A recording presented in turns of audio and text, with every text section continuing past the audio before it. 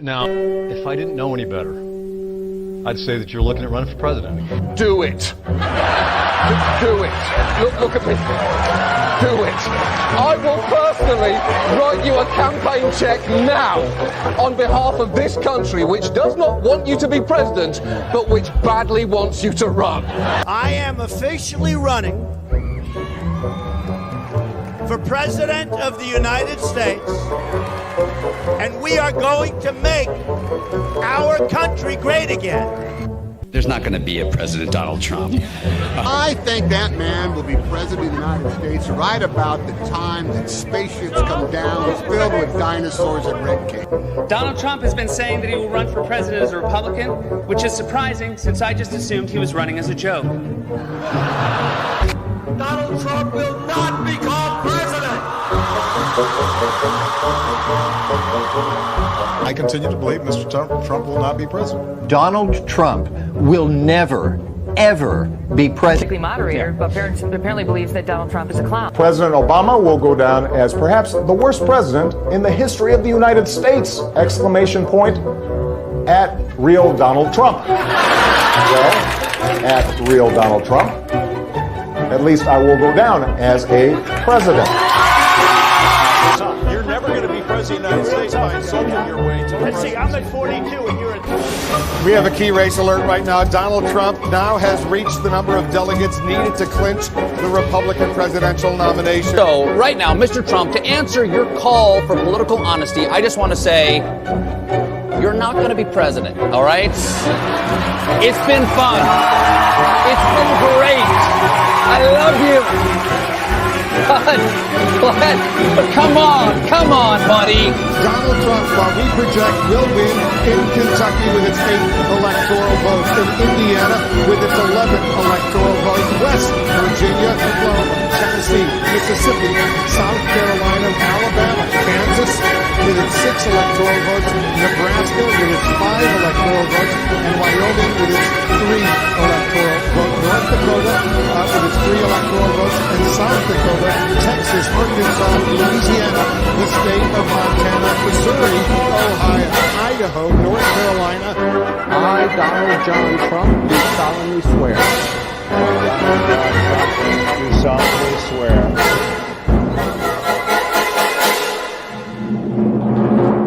Together, we will make America great again.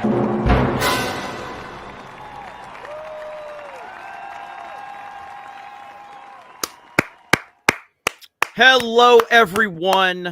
Welcome to CobraCast 199. I am your host, D-Day Cobra, and I am happy to see all of you here in the chat.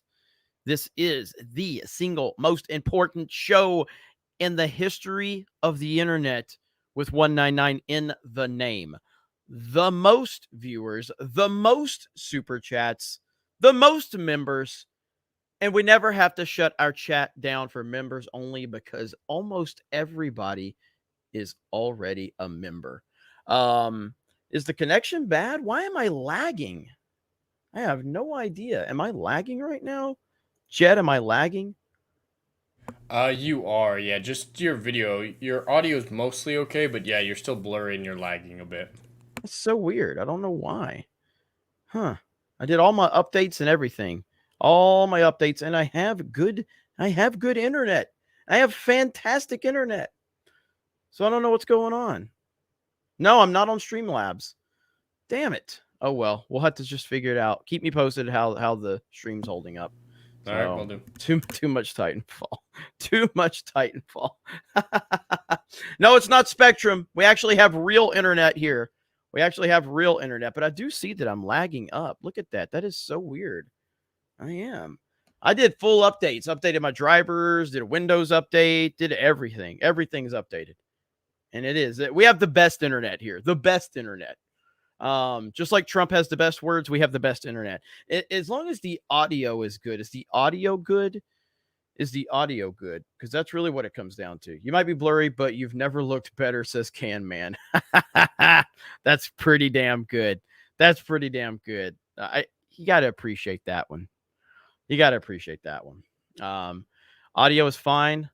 You know what? Let's run a speed test. Let's run a speed test. Might as well run a speed test and see what's going on here. All right. What's our speed test right now? What are we getting on the upload? What are we getting on the download? Okay, we're gonna find out. We're gonna get some information for all of you here right now. 480p. Let's go. 480p crew. As long as we're at 199, that's all that really matters, right? Is that all that matters? It's all that matters to me is if it's 199. All right, so we are gonna get we're getting, yeah, like right now I'm getting 70 upload and 900 download. I think we got good internet. I've got 85 upload and 900 download. That's what we're getting. So there should be no issue with there's no issue with the internet. That's for damn sure. That's so weird. Let me see if I can try something really quick. Give me a minute. Just hang with me, peeps. Hang with me. Do we have, let's try that. Okay. All right. And then we're going to switch back to this camera. Okay. All right. Now, that probably didn't work, but hey, whatever. It is what it is. But all right, let's continue talking. I apologize for the quality. I don't know why this is happening, but all I can do is say hello, everyone. We got a lot to talk about today. We've got 199 upload, but 50 download. Blurry Jeremy. Yes, I am blurry. You think it's the camera? I don't know why it would be the camera. I do have another camera. Should I hook up another camera live? Should we get Krista in here to entertain for a minute? Should we get Krista to talk to everybody? Hi. Krista, talk to him. I'll be right back. Hey, chat. And we'll get Jed in here too. Talk to him, Jed. We have new hats. You can find them in the description down below. We got the 199 hats and also the CobraCast hats, as well as a Don't Tread on Me hat. You say something now, Jed. All right, well, we have over 700 people here watching CobraCast 199 and only 274 likes. That is criminal. That is embarrassing. Let's get those numbers up, chat. I believe in all of you that we can get those numbers up. That way we can maybe see the sexy back end by the end of the stream if Jeremy can figure out all this stuff to last that long. But we'll see. And I want to see the scan in emojis. Have you scanned in yet? If you liked this stream, scan in. I know you got those emojis. Look at all that green in chat. Jeremy is going to come back with a nice camera, hopefully. And all will be well. Hopefully. Oh, and also go follow us on Instagram and Twitter. We have CobraCast on Twitter, or I should call it X. That is CobraCast199. And on Instagram, it is D-Day Cobra. Links are in the description. Look at all the scan-in emojis. Thank you. Thank you very much. Today, we're going to be talking about Trump. And today, we're going to talk about Trump. That's a pretty good one, Krista. I'm just trying to keep the flow going. I'm working on it. I just hooked up another camera. We'll see. Give me just a sec. Keep talking. I'm working on it. I'm almost done. Yes, Trump was handing out pizzas today. If you can see that on X, on Twitter, he was handing out pizzas, and Joe Biden was sleeping, maybe somewhere.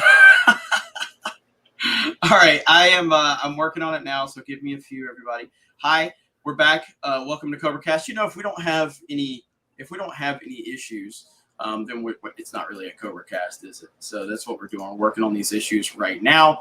I am currently trying to update the software on my other camera so we can see if that one's going to work.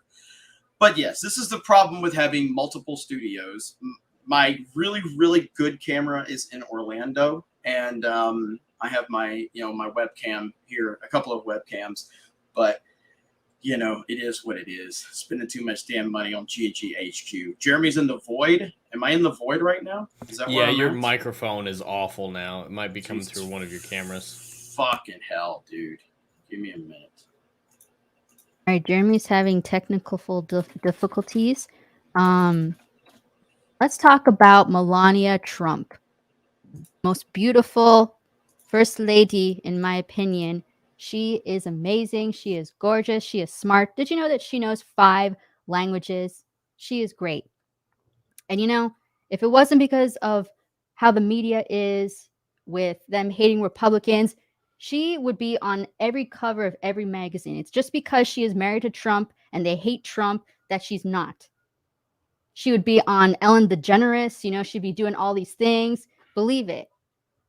Just because that she's a Republican and married to the GOAT, she's not. And this is how they treat these people. Well, yeah, insane. I mean, it is all because, I mean, like she would be the queen of the world if is my camera back now, or my microphone back good now? Yeah, you sound good. Okay. So yes. So yeah, they would treat her like she was the fucking queen of the world if she wasn't with Trump. But obviously her being with Trump creates a huge problem. So they throw her under the bus. We are going to do a reaction to Tucker Carlson's latest upload. He did that about 4 hours ago, 2 or 4 hours ago. So we're going to do a reaction to that. We also are going to talk about Merrick Garland getting absolutely roasted. Now, again, I'm not one for getting really excited about politicians jumping on their bandwagon and all of that bullshit, but these were pretty damn good to watch this all play out. I was very happy to see that scenario. So we'll see what happens with that. And all right, let's see if my camera's working now. What do you guys think? You think it's working now? No. hang on. It's probably going to be a weird angle. Look at that angle. Holy shit. Man, you're very blurry.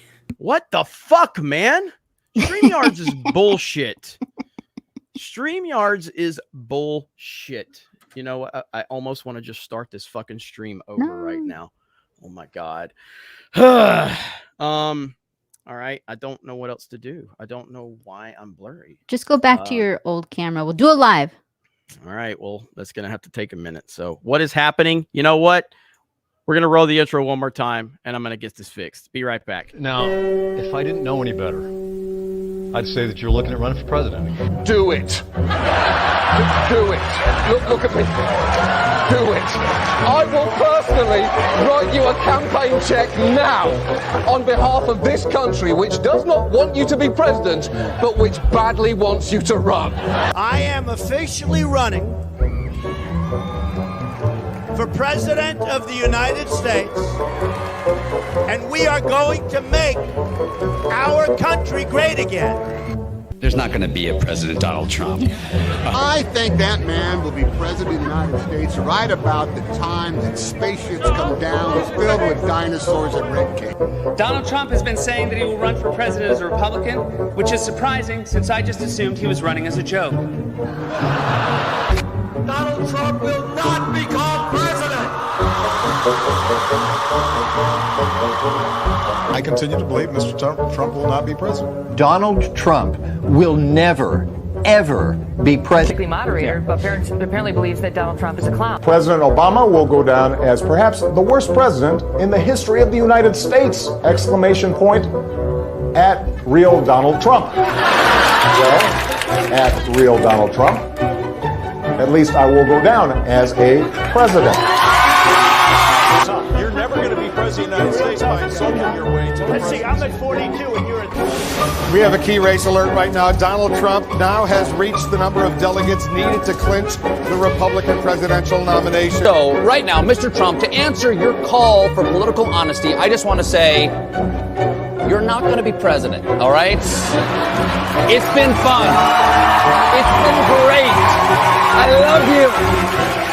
But come on, buddy. Donald Trump, while we project, will win in Kentucky with its 8 electoral votes, in Indiana with its 11 electoral votes, West Virginia, Oklahoma, Tennessee, Mississippi, South Carolina, Alabama, Kansas with its 6 electoral votes, Nebraska with its 5 electoral votes, and Wyoming with its 3 electoral votes, North Dakota with its 3 electoral votes, and South Dakota, Texas, Arkansas, Louisiana, the state of Montana, Missouri, Ohio, Idaho, North Carolina. I, Donald John Trump, do solemnly swear. I, Donald John Trump, do solemnly swear.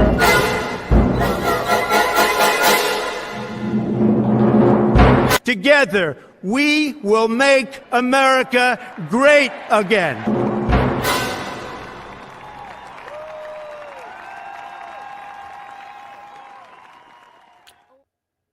Okay, so I am still here. Don't worry. Don't worry. I'm still working on it. But I just got a text from one of my fellow YouTubers, and they said that StreamYards was lagging big time for them. So it is apparently it's a StreamYard issue.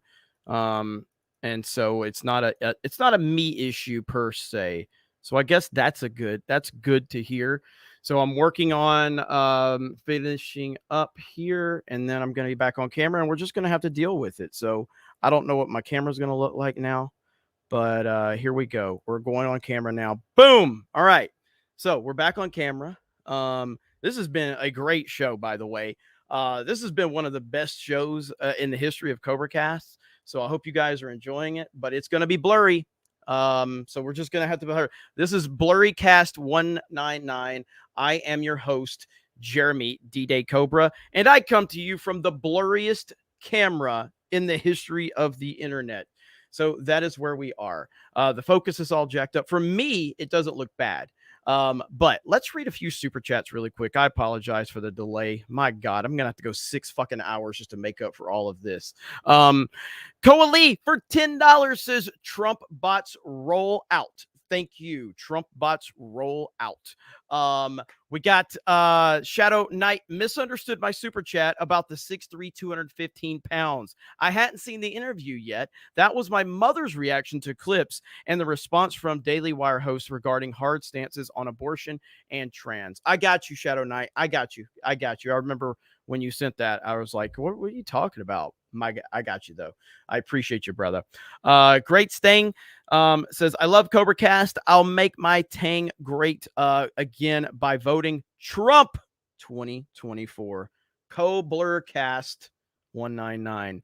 Shadow Knight says, Matt, Ben, Michael put out an anti-Trump MSNBC clips. Yeah, Daily Wire. I'm so disgusted with Daily Wire.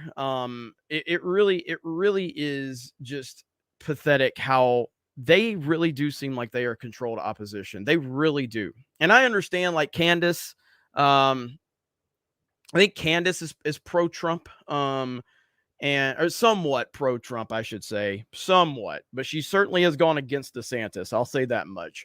But I'm just not a fan of Daily Wire as a whole. I don't like them. It's a big turnoff from everything else. Hayden Wayne.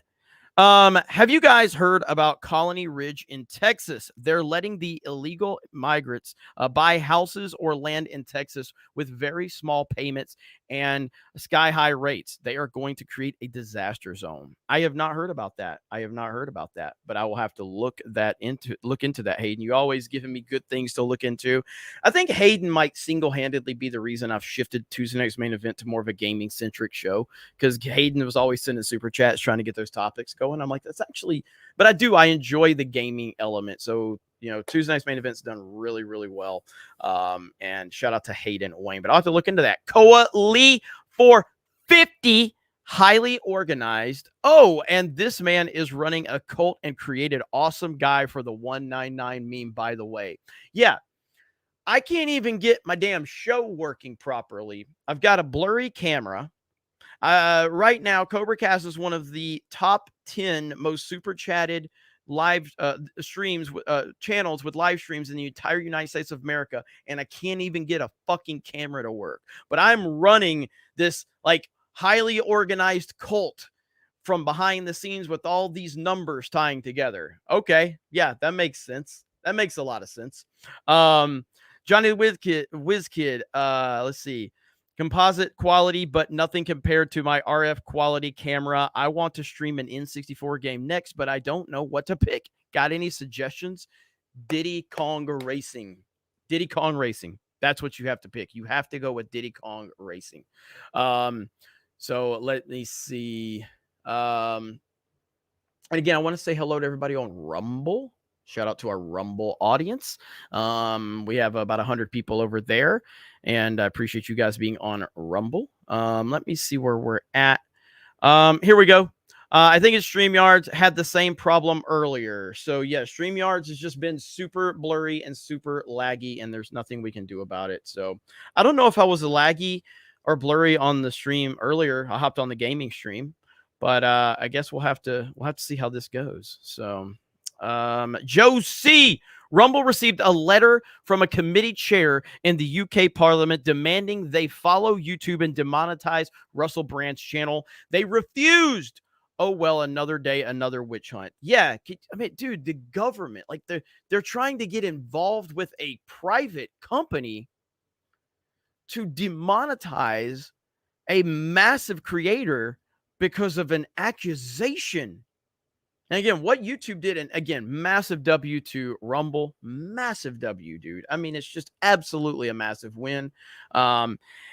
Listen, Rumble has got a tough battle ahead of them, and I really do appreciate what they're doing. And I know it's got to be tough. It's got to be tough because they have to work within.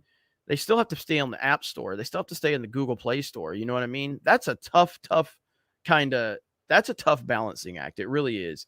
And so I really appreciate what Rumble's doing. I appreciate that they continue to take a stand, and it's really awesome. It's really awesome to see. So shout out to them, and man, so shout out to our Rumble audience. And our Rumble channel, Geeks and Gamers Rumble channel, has been doing fantastic. Geeks and Gamers Rumble channel has been doing amazing. D-Day Cobra, I mean, we have a great crew. We always have a great audience over there. Really haven't gotten any growth on that channel. But it's definitely, hey, take it easy, Hayden. Hope you're doing well, brother. Get back to work, man. But Jed, let's go ahead and share this. I want to watch this I have not seen this Tucker Carlson interview. So let's watch this Tucker Carlson interview. And let's see. Let me see. All right. So this is Tucker Carlson. All right. Tucker Carlson. He just uploaded this. All right. And it says liberals. I love how he's calling liberals like Karl Rove just try to annihilate Texas Attorney General Ken Paxton. It didn't work. Paxton just joined us for his first interview since his acquittal. I love how he's calling Karl Rove a liberal because Karl Rove is a terrible person. Even the video looks blurry that we're watching, which is kind of crazy. It's showing blurry for me. The video is. So that's wild. So it must be a StreamYard issue. With that said, let's roll it. Here we go. Texas Attorney General Ken Paxton. Ken Paxton. Impeachment. You went to the FBI on September 30th without any evidence. That's right. We took no evidence. Allegations of bribery, unfitness for office, and abuse of public trust. He's being attacked by his own employees. Did you gain any after that? I don't recall. It's about Ken Paxton and how bad Ken Paxton is. The Board of Managers presented overwhelming evidence. A finding of acquittal is entered as to Article 1. Well, this is a resounding victory. Ken Paxton has survived 16 votes on articles of impeachment. You're the most aggressive legal opponent of the Biden administration in the United States. You're a Republican elected with a big margin in a Republican state, but it was Republicans who tried to take you out. How can you be removed from your job without being convicted of something? We are a huge problem for the Biden administration. Take away your job, they take away your money. And they took away my ability ultimately to even speak. Well, that doesn't really sound like the way democracy is supposed to work. If you can do impeachments like this and you can have mail-in ballots, we don't have democracy. It feels like Texas is going to be a Democratic state pretty soon. I think that's the goal. We lose Texas, we lose everything. Ken Paxton is the Attorney General of the state of Texas and one of the primary checks against federal power. So far in the Biden administration, Paxton's office has filed 48 lawsuits against the administration. This past November, he was elected overwhelmingly to his third term. But then within months, he was impeached in the state of Texas on a bunch of different counts, a pretty complicated case against him, alleging that he gave special favors to a donor. He was just acquitted in that trial in the Texas State Senate. Kind of an amazing spectacle, but it raises a bigger question, which is how did this happen? Why did it happen? And maybe most interestingly, who actually runs the state of Texas? In his first interview since his acquittal, Attorney General Ken Paxton joins us on the set. Mr. Attorney General, thanks so much for joining us. Pause real quick. What a great place. So what happened with Ken Paxton is it's really a pretty incredible story. I'm sure they're going to break it all down right now, but ultimately to simplify it in its kind of best kind of way is it's a defeat for the Bush Republican Party, the George Bushes of the world, the people that are, and again that kind of ties right into DeSantis. Ron DeSantis said that George H.W. Bush was his political hero. It's who he wanted to be like. That's what Ron DeSantis said. And so, yeah, man, it's a beautiful thing because look, it's one thing to talk bad about Obama. It's one thing to talk bad about Clinton, the Biden crime family, all of that. I expect them to be bad. The Bush family, from a large portion of the conservative side and the Republican side, have been heralded as heroes, and they're just as bad, if not worse, than a lot of the people that I just mentioned. They're terrible. And I truly despised, this is why I became so anti-Republican after George W. Bush's second term. He is a horrible person. And the fact that Donald Trump has been arrested and George W. Bush has not speaks volumes about the political climate in this country. It is disgusting. But let's continue. So congratulations on your acquittal. But I'm fascinated by the fact that you were impeached in the first place. How did this happen? First of all, let me just say, it was, as you've read through this, very complicated. It is complicated, yes. It was crazy, but I truly believe it became very political. And I am sitting here because of my Lord and Savior Jesus Christ, and I was delivered because it wasn't just about the law. It became political completely, and I didn't know how it was going to turn out on the political side. But it's just interesting because your fans and your detractors, I think, would both acknowledge that you're the most aggressive legal opponent of the Biden administration in the United States. You're a Republican elected with a big margin in a Republican state, but it was Republicans who tried to take you out. Yeah, that's what it looks like. But in reality, I believe the Texas House, a lot of people don't understand this. I spent 10 years in the Texas House. Yes. And we have 150 members of the Texas House, and 65 of them are Democrats. And those 65 Democrats always vote in block, and they pick the Republican they want, and they deliver those 65 votes, and that Republican then has to come up with 10 votes because their own vote's going to count. For the speaker. For the speaker. For the speaker. So whoever gives those Democrats the most, whatever Republican agrees to the most, gets elected. In this case, I believe, and I think Wait, so you're saying that the Republican Speaker of Texas is chosen by the Democrats? Pretty much, yeah, because that 65 is hard to overcome. All he has to do then is find 10 Republicans because he's got his own vote. And usually you can find 10 Republicans who are either his friends or who he gives big committee summits to, like appropriations or state affairs or something big. It's pretty easy to put together. Wait, so you can have a big majority in the Texas House but still not control the Texas House? That's exactly what has been happening over the last, say, 14 years, 16 years. That's crazy. It is crazy. And people don't work. Of course, the media doesn't. And yeah, all of this is people, the political system is such a joke. It really is. This is why all of the criticism, and by the way, Keebs just became a monthly supporter over on Rumble. Thank you so much. Appreciate that. But yeah, this is the thing of if you've watched House of Cards on Netflix, it really is, in my opinion anyway. I mean, obviously there's some fantastical elements to it, but they're not that fantastical. They're just not. House of Cards is such a great insight into the disaster that is Washington politics and how disgusting and how manipulative it is. It really is. And but this is why the criticism of Trump and people saying, well, he didn't do X, Y, and Z. And it's like, man, do you realize what he was up against? Do you realize what Trump was really up against? And I think it's phenomenal what Trump was able to accomplish given the circumstances he was in. Absolutely. The BBC version of House of Cards is awesome too. I haven't seen the BBC version. I may have to check that one out. I have not seen that one. I loved the House of Cards on Netflix, except for the final season. The final season was, I mean, everybody knows. Once Kevin Spacey, which, look, Kevin Spacey is a terrible person, but and truly a terrible person, but he also made Frank Underwood even more believable after I watched House of Cards. And I was like, wow, Kevin Spacey really is that evil of a person. Now I believe Frank Underwood even more now. But anyway, continue on. Tell people about that. That's literally what happens in the Texas House. So we have a really hard time. The Senate is great. They're very conservative. They've done great things for Texas, but they get blocked a lot of times. And a lot of my stuff gets blocked in the Texas House because Dade Phelan, the speaker, is controlled by the Democrats. You really believe that? Yeah, so I was in the House. I saw it at work. I was pushed towards that. I actually ran against the speaker, a Republican speaker, for that reason, because I could not vote for a speaker controlled by the Democrats. Now, I couldn't win because I didn't have the Democrats.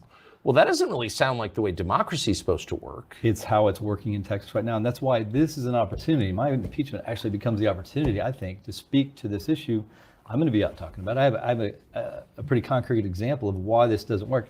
And here's my argument. There were 2 of the 4 House investigating lawyers that worked at the Department of Justice in Washington. And that's no random, it's not random. It's not explain that a little bit for those who haven't followed. So House Investigating Committees, there's 5 members. There's 3 Republicans, 2 Democrats. It's Texas House. Texas House. They are responsible for, they were the ones that investigated me, and they hired, I think it was 4 lawyers. 2 of them came from the Biden DOJ. That's not an accident. They were sent there. But you had filed 48 suits against the Biden administration. Yes, and I think that was the motivation. We were causing a lot of trouble for the Biden administration. Even if we didn't win, we slowed them down, and we were winning, I think our number is 77% of our cases. So we are a huge problem for the Biden administration, and that was the way to get me out of the way. And obviously that had an impact on the lawsuits being filed by Texas and other states.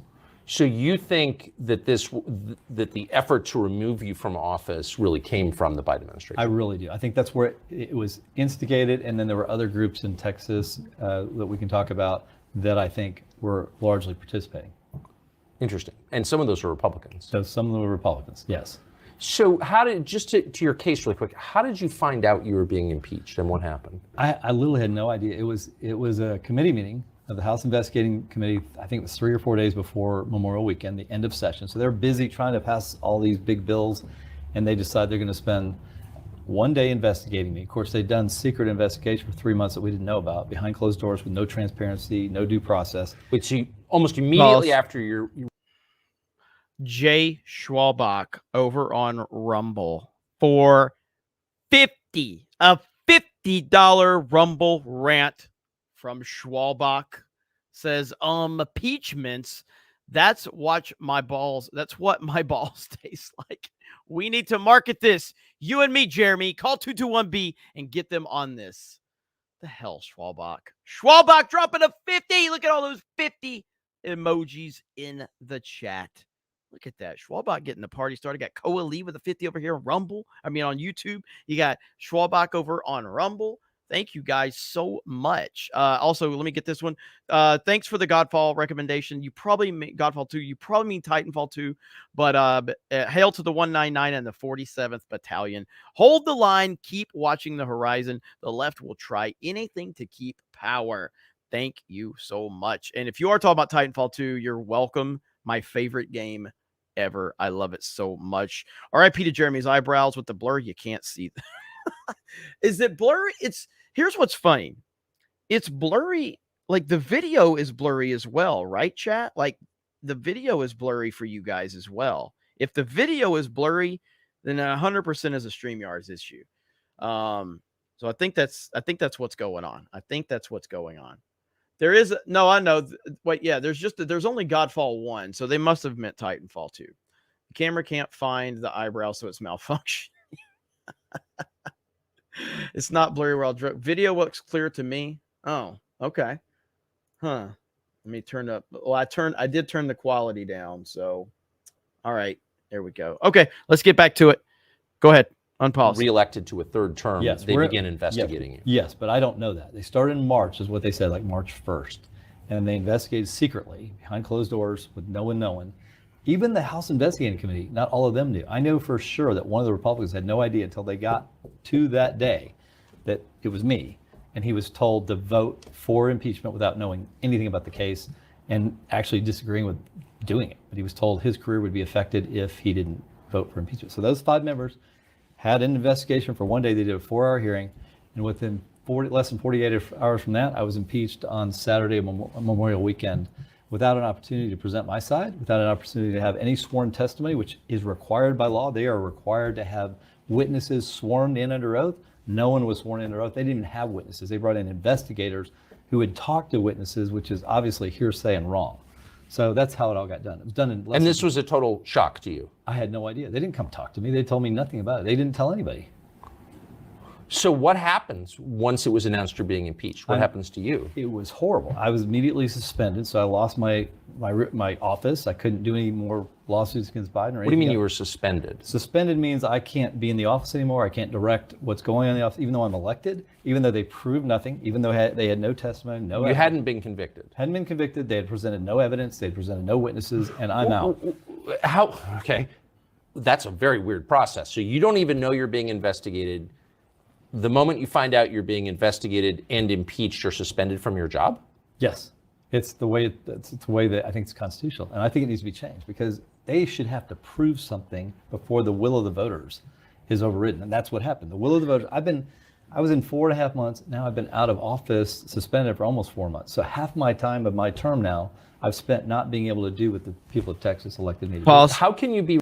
And who gets punished for this?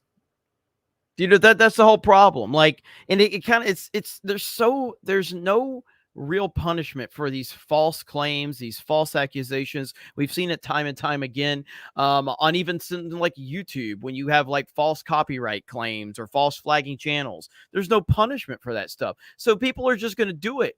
Like what happened with us, the Geeks and Gamers channel with Naughty Dog. Naughty Dog just gave us a strike on our channel. We couldn't live stream for 30 days. That cost me thousands of dollars. Naughty Dog cost me personally thousands and thousands of dollars because we lost the ability to live stream. I won the appeal, but it took 30 days for the appeal to be addressed. So I won the appeal, but during the time of the appeal process and the challenging of it, I lost the ability to live stream. So therefore, Naughty Dog literally stole money from my pocket because they false flagged my YouTube channel and accused me of something that I did not do. And I ultimately proved it with the appeal. So why do they not get punished for false flagging me and literally taking money out of my pocket? You know, and it still goes to this. They've bogged his entire campaign down, his job. They bogged his ability to do his job down with bullshit claims. Who gets punished for that? Nobody. Unpause. Let's go. You removed from your job without being convicted of something. It seems pretty crazy, but that's the way the law is. And I know that the Dan Patrick, Lieutenant Governor, has suggested now that be changed. They should have to prove that you did something wrong before they remove you from operating as somebody who was So you elected. just wake up in the morning and they're like, you think you're an elected official. Yes. And now you're not. You're just in limbo. I walked out of when they did it that day, that Saturday, I had to walk out of the office and I haven't been back a day since, not a minute since. And was unable to do anything. I can't direct any of our legal operations. So, you know, I have to go now figure out what's going on in my own office. And a lot of people have left. They created a lot of harm to the state of Texas by doing it this way. Did you think the voters were in charge before? I used to think like election. I'm like very suspicious now. If they can do this to me, I mean, they could do this to Lieutenant So Governor. they take you out of office. Do they pay you? No, well, they're supposed to. By law, that I am the Attorney General. It's in the statute that I'm getting paid. The Comptroller, Glenn Hager, for some reason decided, you know what? I'm not going to pay you. I'm taking. No, let's see. Did I miss any gifties? F Sony, F Naughty Dog, F Neil Cuckman. No gifties. So, well, it's been like a couple of individual gifties, but no bombs. But let me see who has gifted. Blake Barrett gifted a D-Day Cobra membership. Thank you, Blake Barrett. Lying Dogface Pony Soldier gifted a D-Day Cobra membership as well. Ricky M member message. Jeremy has a face for radio and a voice for print. Shout out to the Better Bachelors YouTube channel. Jeremy, play Yakuza, Yakuza series, please. Dang it. Man, I've got Titanfall 2 is all I care about right now. Okay, that's all I care about. That's all that matters to me. Atomic Patriot. I had a year-long Daily Wire subscription. I didn't renew. I canceled my subscription to the Daily Wire, and I left them they said, "What is your reasoning for what's your reason for canceling?" I put Trump 2024. That's all I said. Shaka Zulu says Daily Wire fell off. Blue Eyed Scorpio says deleting your channel will make up for everything. Gerald Armstrong renamed the live stream the Blurrycast to Blurrycast 199. Eric K says welcome to Gary Cobra Stream Boomer. Let's see. Feline named JJ says Krista, could you give Jeb bangs? Damn it. Eric K says Jeremy, get a cam that does not come out of the Lucky Charms box. Jesus Christ. Atomic Patriot says, yo, Jeremy, I saw this dystopian video from New York. Sent you a message on X just in case you want to cover it. It was insane. Hail. Thank you, Atomic Patriot. Dark Obsidian for the 199 member message. Thank you. Golden Nuggets. Welcome all to another King Cobra Cast 199. Hold the line. I'm available for work. Shout out Golden Nuggets. Hope you're doing well, brother. GM Steelhaven, 7 months. Let's go Snake Pit Ground Infantry Battalion. Thank you. There's Dark Obsidian with the becoming a new member. Shadow Knight got that one earlier. That one, and I think we're all caught up already. Look at there. Look at there. Oh, Kevin Cron dropped 5 gifted memberships. Thank you so much. Appreciate that. All right, unpause.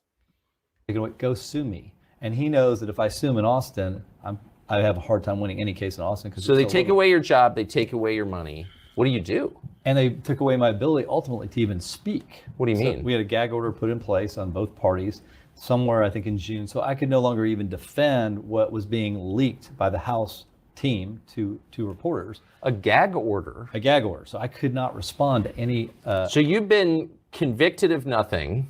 That's correct. You've not been able to bring your side of the story to the investigators, I guess. They refused. We tried to even send somebody their little, sham hearing that lasted less than 4 hours. And they said, no, we don't want to hear your side. And then you can't speak in public about it? That's correct. But don't you have a First Amendment right to say what you think? That's my opinion, but the problem is I can't really challenge it because the very people that put it on, and it was done by the Senate. The Senate put it in place, and so there's nothing I can do about it because they're my votes for acquittal, so I can't go challenge the people that, ultimately are responsible for whether I get acquitted. I can't start, attacking them on legal issues. Well, if there was a gag order, then why was I reading about the details every day in the media? The House didn't follow the gag order. They leaked everything to the Austin American-Statesman or the Houston Chronicle or the Dallas Morning News, so I just had to take it. I mean, there was nothing I could do. But why wouldn't they impose a gag order on those media outlets, which, for the record, hate you? Yes, I think it's fair to say, for ideological reasons. But so they're allowed to talk about you, but you're not allowed to talk about your position on this? That's correct. Specifically told, they were specifically said, of course, this doesn't apply to the media. So then the House knows. We just have to get it to the right place. The gag order is fine for us because we can leak it to a sympathetic press. So why would the media be allowed to attack you, but you're not allowed to defend yourself? That's insane. That's the way the rules got set up.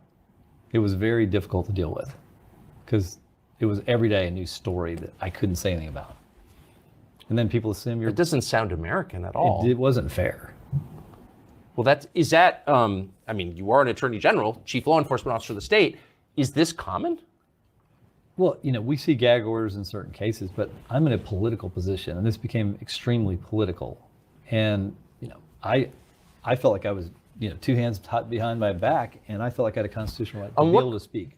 Well, you do have a constitutional right to be able to speak, period. That's what I thought the Bill of Rights guaranteed. Me First too. Amendment. Me too. But doesn't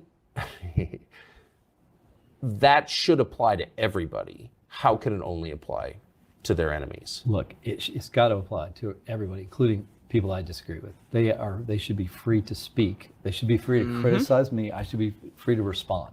So I do not fault them for having the ability to speak against me. So if you're not getting paid and you're not allowed to talk and you're being impeached, how do you pay for your legal defense? So that was the other thing. So we have a moratorium on raising money during session. It starts 30 days prior to session. So it started December 10th, I think.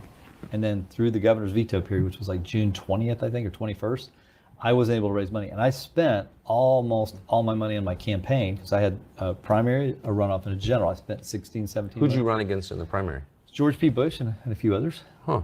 Yeah. So I spent all my money. So they knew when they did the impeachment, I didn't have any money. And so they kicked me out. Then they have taxpayer dollars to pay for every lawyer they want. I think they had 14 to 17 lawyers. And I had to go hire my own team. I had no help. I had no money. And I was starting from scratch. They had already done investigations. So they get to use taxpayer dollars to prosecute you, but you can't use taxpayer dollars to defend yourself. I was not afforded legal representation by the state while I was out. Wow. I mean, wow. Even rapists get legal representation paid Think for about by how the many state. people survive just that. You have no money. You have no lawyers. You have no ability to speak. And you're up against a force that's already done an investigation. They already have information, and you don't have any of their information. You don't even know really what the charges are because even the articles were very vague. They didn't identify elements of a crime. So then we have to like figure out like, what is it? Some were so vague, we didn't even know what they meant. Like, but if I go kill someone, which I don't plan to do, but if I did, yeah, and I'm indigent, I have no money, the state pays for my legal defense, correct? If you can't afford it, yes. Yes, and I get to defend myself if I want. I get to say I'm innocent of what I'm being charged with, right? That's correct. And I'm accused of murder. Yes. And you were accused, I think, of getting like a new countertop in your house from a developer or something. Other things like that, yes. Yeah. This is unbelievable.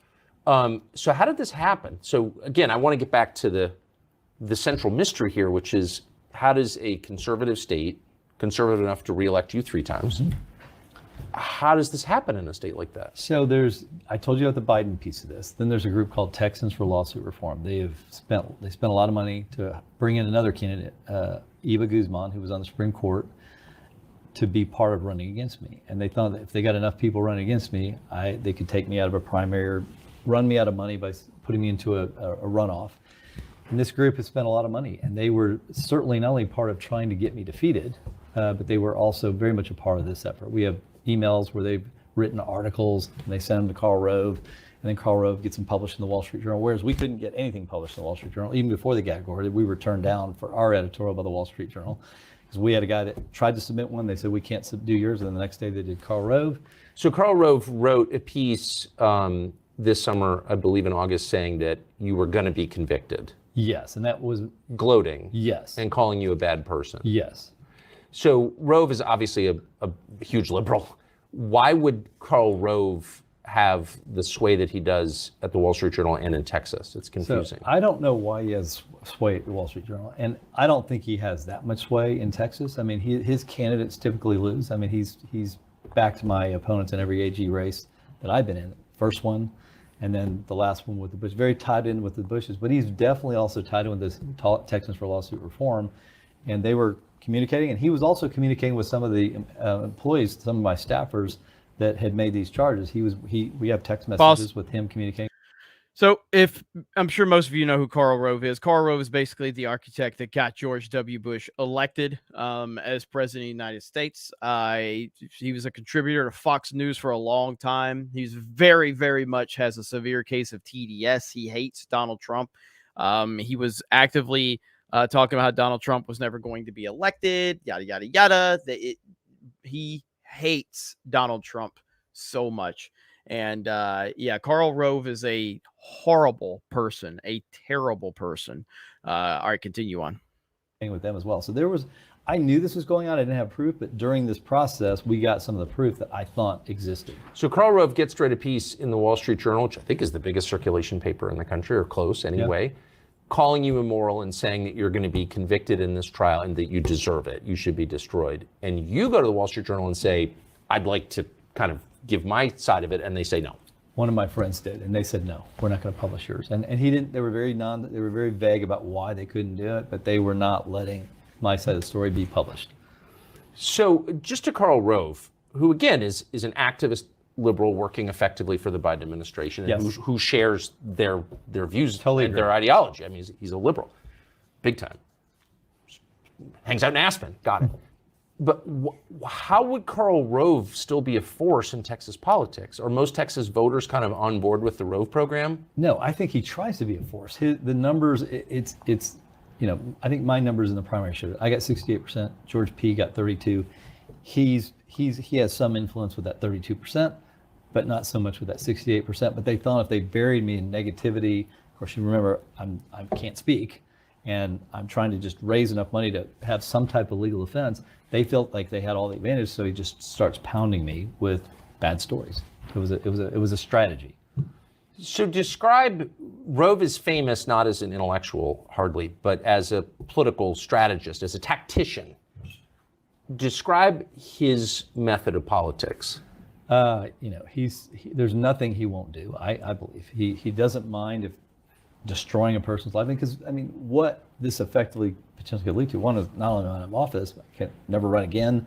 It affects my reputation, potentially puts me in legal jeopardy. Any strategy is open to Karl Rove. He is good with it as long as he gets his way. So destroying the person, his family, his marriage, no problem for Karl Rove. What's interesting is that when I'm George glad W. Bush was pause it. president, I'm glad Karl Rove is getting thrown under the bus by, you could tell Tucker does not like Karl Rove, obviously. I don't know if they ever, because I didn't watch Fox News consistently, even when Tucker was there. I haven't watched Fox News since consistently since the first Bush administration. And that's kind of when I got disgusted with mainstream media, because I used to watch like Hannity and Combs, obviously the O'Reilly factor. And dude, like Sean Hannity, he licked the boot of the Bush administration so damn hard that it was disgusting. And so I didn't really watch mainstream media, especially Fox News, that consistently after the first Bush administration. But I don't know if Rove and Tucker were intertwined at all while they were both at Fox. I have no idea. I don't know if Rove is still at Fox. Can anybody even answer that? Is Karl Rove still part of Fox News? But I don't know if him and Hannity still does. Hannity will literally kiss up to anybody with an R next to their name. I mean, he is pathetic. He really is. Karl Rove is still at Fox News? Wow. That's crazy. So Karl Rove is still at Fox News. Now, was him and Tucker, were they ever on together? I have no idea. I would imagine not, but did they ever make appearances together? That'd be kind of interesting. All right, unpause. Rove was relentlessly attacked by the media as a vicious person. Now Karl Rove is defended by the media. How did that happen? I think they realize he's not conservative. He's more in line with, Bill Clinton and President Obama than he is in line with our voters in Texas. And so the media is very sympathetic, and doing things like this only encourages the media to support Karl Rove. Pause. Interesting. It's a very good point. When Karl Rove was behind the scenes, and I never knew what he looked like or anything. I remember hearing about Karl Rove and how he was essentially the architect behind getting George W. Bush elected. I'd never knew who he was. I only heard his name with negative connotations. That's all I ever heard from the mainstream media. It was always negative about Karl Rove and how evil he was and how manipulative he was. But as soon as he became a media personality, and he was definitely vocal against Donald Trump, the narrative of Karl Rove has shifted from a mainstream media standpoint, and they've heralded him as this deeply intellectual guy who's so smart, and he's part of the conservative side, even though he's not. So that's a pretty interesting point that they just made right there.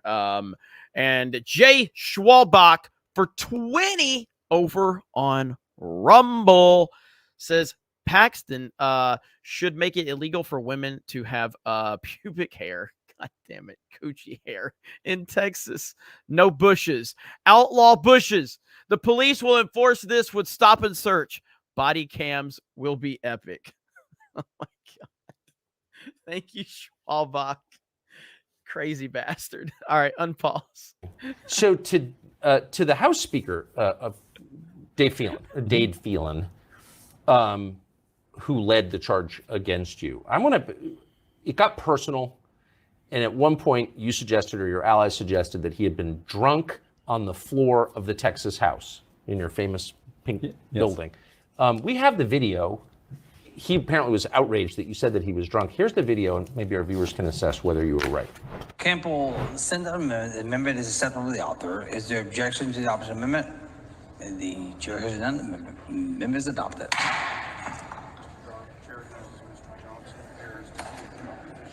The chair recognizes Mr. Johnson of Harris. Mr. Johnson of Harris to speak in opposition to the bill.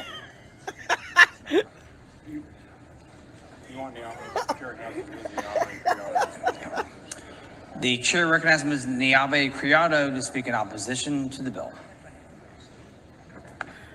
Chat's Thank you right now. So what language is that? Is that Hungarian, Esperanto? I didn't understand. Like, what was that? Your guess is as good as mine. I mean, it was. I don't think there's any doubt. I mean, he was definitely drunk, and they tried to say. Well, he was, or on something. He was very tired, or whatever. Tired. Is it? So you said you served 10 years in the Texas House.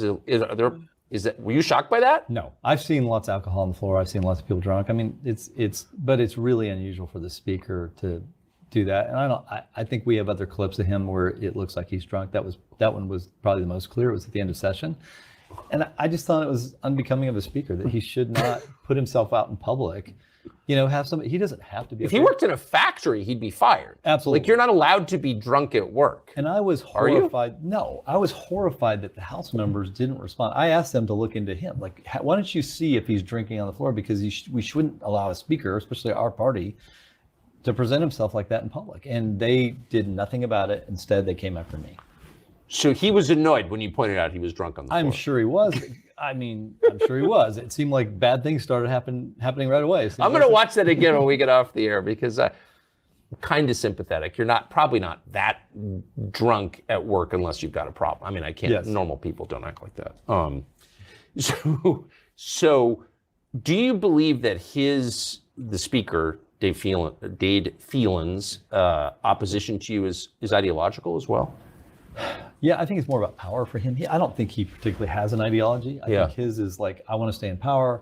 I've cut this deal to be speaker with the Democrats. I have to deliver. The Biden administration goes to the Democrats. I don't think the Biden administration went to Phelan. I think they went to the Democrats, and the Democrats said, "This is what we want. We want him out," because I was causing so much trouble for the Biden administration.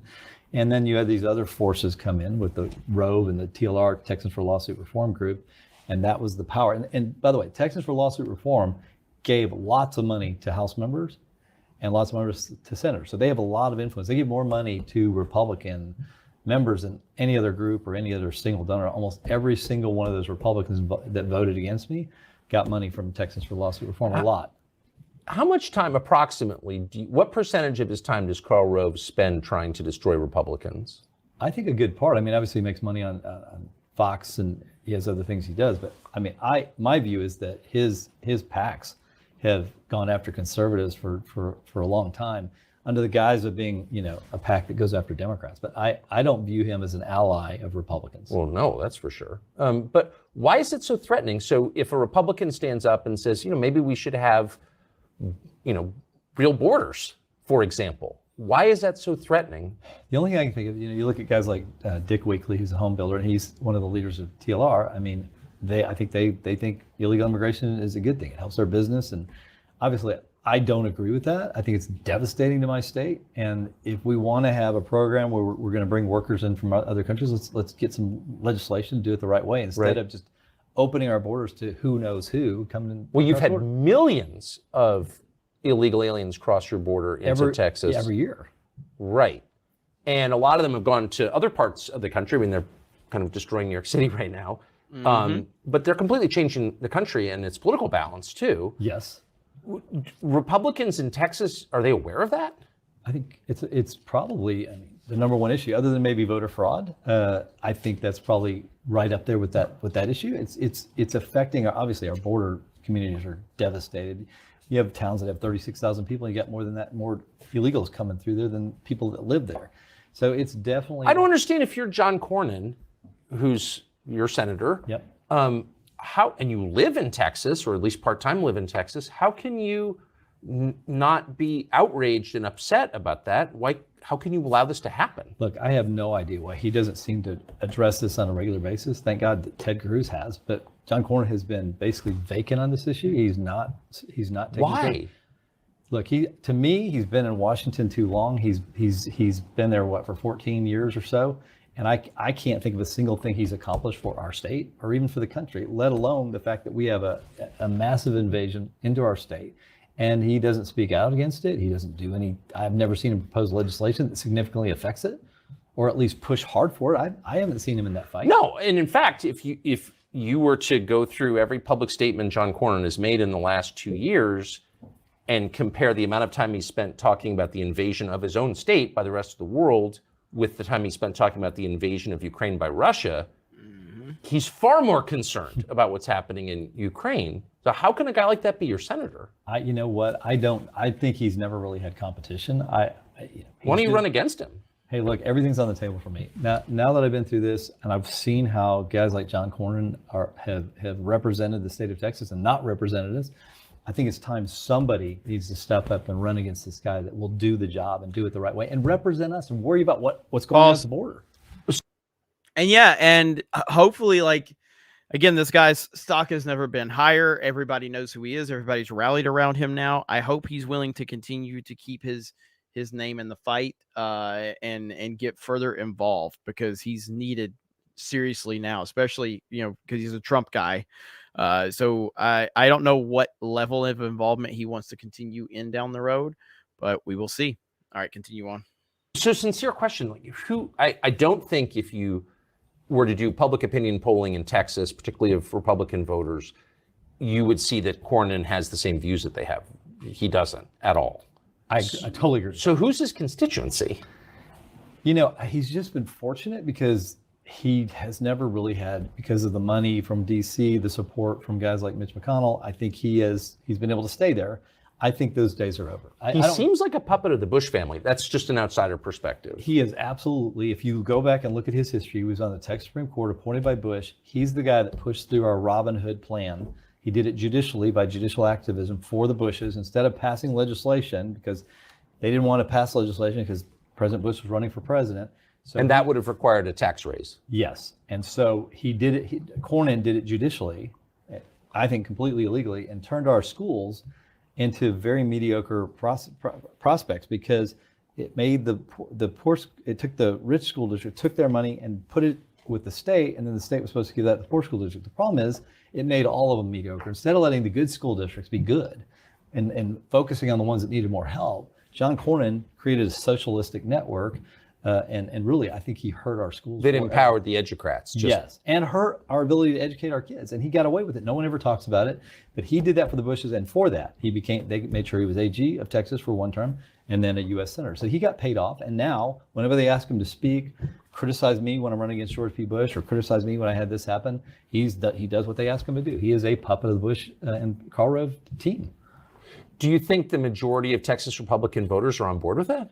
I do not think so. He's just never had real competition. No one's ever gone out there and highlighted and exposed his lack of a record of supporting our state. And I don't think he has a record. I wonder myself, what would he point to that he's done for our state in the last 4 years? Zelensky loves him. Yeah. Of course Zelensky loves him. Yeah. So is there, if you're not living in Texas and you just look at Texas and see these trends going on, particularly the immigration trends, it feels like Texas is going to be a Democratic state pretty soon.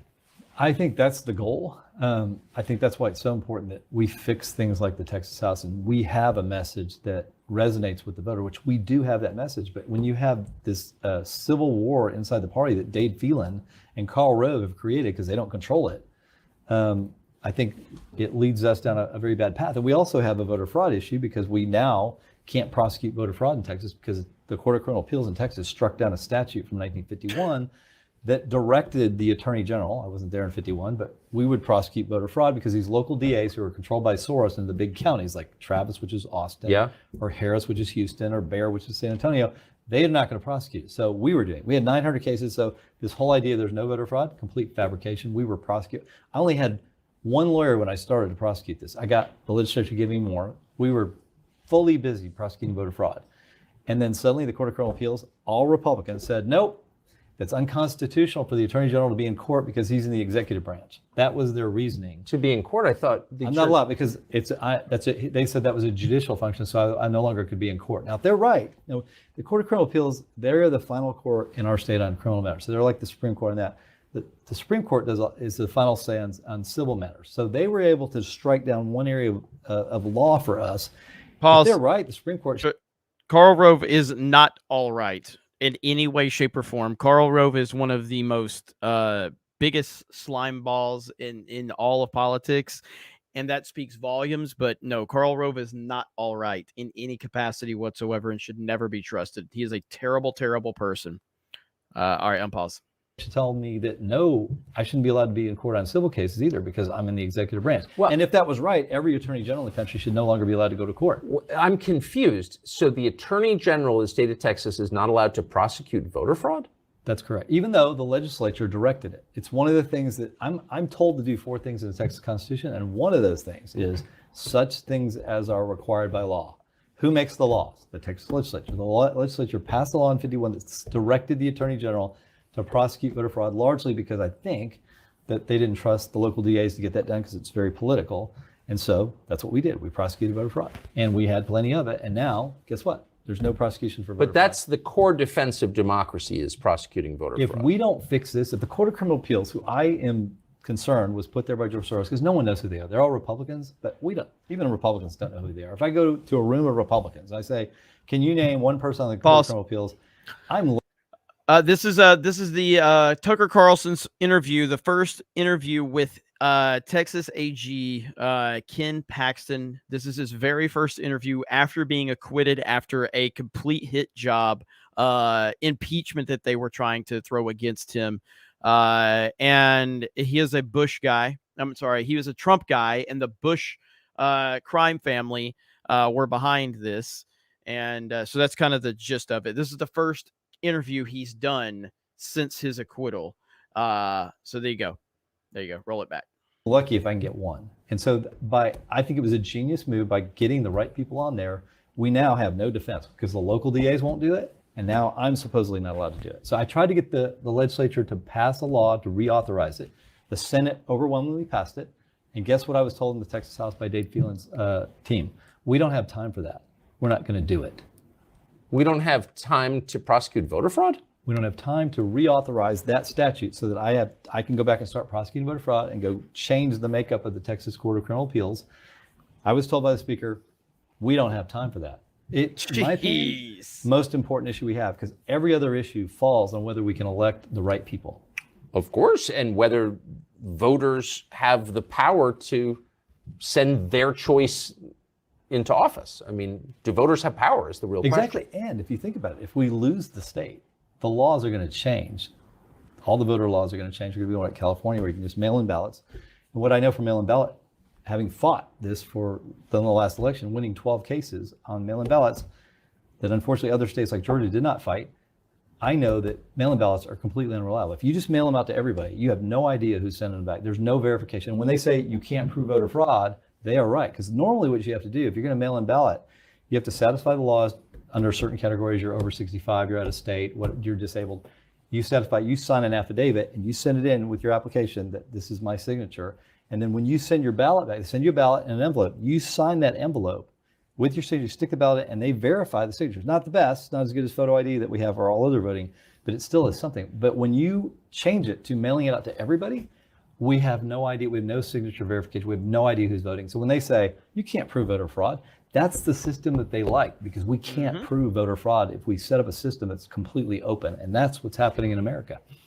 And we know who loves voter fraud. That's why Georgia, which most of us thought was a kind of conservative state, became one of the most left-wing states in the country, you believe, because of mail-in ballots. I sat there on election night. So I told the president in I think it was May. I said, Mr. President, I have 12 lawsuits in the most liberal counties. I'm losing in every county because they sued in liberal counties where all the judges are liberal, Court of Appeals are liberal. I'm going to have to find a way to get to the Supreme Court or the Fifth Circuit before it's too late, before they mail those ballots out, or you won't win Texas. I guarantee you, if Harris County can send out 2.7 million ballots, you won Texas by 600,000, you will not win. And if we have multiple counties doing that, they'll just figure out how many votes they need. We won every single lawsuit, all 12. And I told him, we lose one, you're done. He didn't believe me. And I said, you've got to watch this in other states, because if this is happening in Texas, which it looks like it's a national program, I can only focus on Texas. You better make sure this doesn't happen in other states. And sure enough, Georgia, which had the same margin of victory for Trump 4 years prior, they don't stop it. The governor, the AG, they sign a consent decree, and they have mail-in ballots with no signature verification. They have drop-off boxes. And they allow all these mail-in ballots. And guess what? Now Georgia, that had the same margin of victory for Trump, now suddenly we have a 8 or 9% win for Trump by protecting the ballot box. In Georgia, he loses by what, 14,000? I don't know, but it was a small amount. And I knew when they stopped counting votes on election night, I'm sitting there watching them going, this is what they would have done in Texas. And all the What was that about? What's that? They stopped counting votes on election night? Because what they needed to figure out was how many real votes there were, so they could figure out how many mail-in ballots to apply to the election. That's what they would have done in Texas. I'm convinced. Yes! So you think that was fraud, right? I have no doubt, having been through that whole process. It wasn't just a water leak? It was definitely planned. I mean, it would have happened in Texas. I promise you. But can you just stop counting ballots on election night when everyone's watching TV? Oh, I know. Have you ever seen that before, ever? For 3 hours? Well, you tell me. You're the one. You're the politics. I've never seen it before in my life. I was like, I knew it when they stopped, and Trump is leading in all these states. I knew exactly what they were doing. They were, because there's no way to know where those mail-in ballots came. Anybody could have filled them out. Anybody. And now you see why they're going after this guy. This is why they're going after him. Conspiracy theory? I watched it happen. I was a part of it. So they tell me I'm crazy whenever I talk about it. They tell me that I should shut up. As a matter of fact, they're going after my state bar license right now for going after election fraud in the overall election. So on top of all of this, I've got to deal with the But why wouldn't Karl Rove be upset about that? I mean, he's a defender of democracy, Very right? good question. Why is Karl not worried about that? He doesn't seem Well, to so care. if you're Karl and you're taking all this money from billionaires, some of whom I know who are nice people, and I think they think it's helping, or Karl's convinced them that he's helping somehow. Yes. Why wouldn't preventing voter fraud, mail-in ballots, which you bet voter fraud, be your number one priority? I think for anybody that cares about democracy, whether you're a Republican or a Democrat, that should be the number one thing. And for the media to constantly shut down the conversation about this, and for social media companies, technology companies to shut down the conversation, tells me that there's a reason they don't want us talking about it. It's insane how you get treated for even bringing it up, when in reality, I don't think there's a more important issue, even than immigration, anything, because all those other issues will be affected by whether we have real elections that we can trust. And you think it comes down to, or the most important issue is mail-in ballots? For what I know, I don't know the machine stuff. I've tried to get people to bring stuff to prove it, and I've never seen proof. So I would. I haven't either. If they open-minded, but I'm I haven't open-minded, seen it. but I have never had anybody bring me proof. But I do know 100% that they cheat with mail-in ballots. I know that for a fact, and we have prosecuted people for that. We had a lot of cases. It wasn't just like, oh, well, this. You know why they can tell the narrative that there's no voter fraud? Because no one prosecutes voter fraud in the country except us. We used to. Now there's no cases. Who prosecuted? Can you name cases in our state? You know what? They don't prosecute it. The prosecutors do not prosecute it, even though it's a violation of law and it affects the fundamental basis of our democracy. Well, it ends democracy. We don't have it.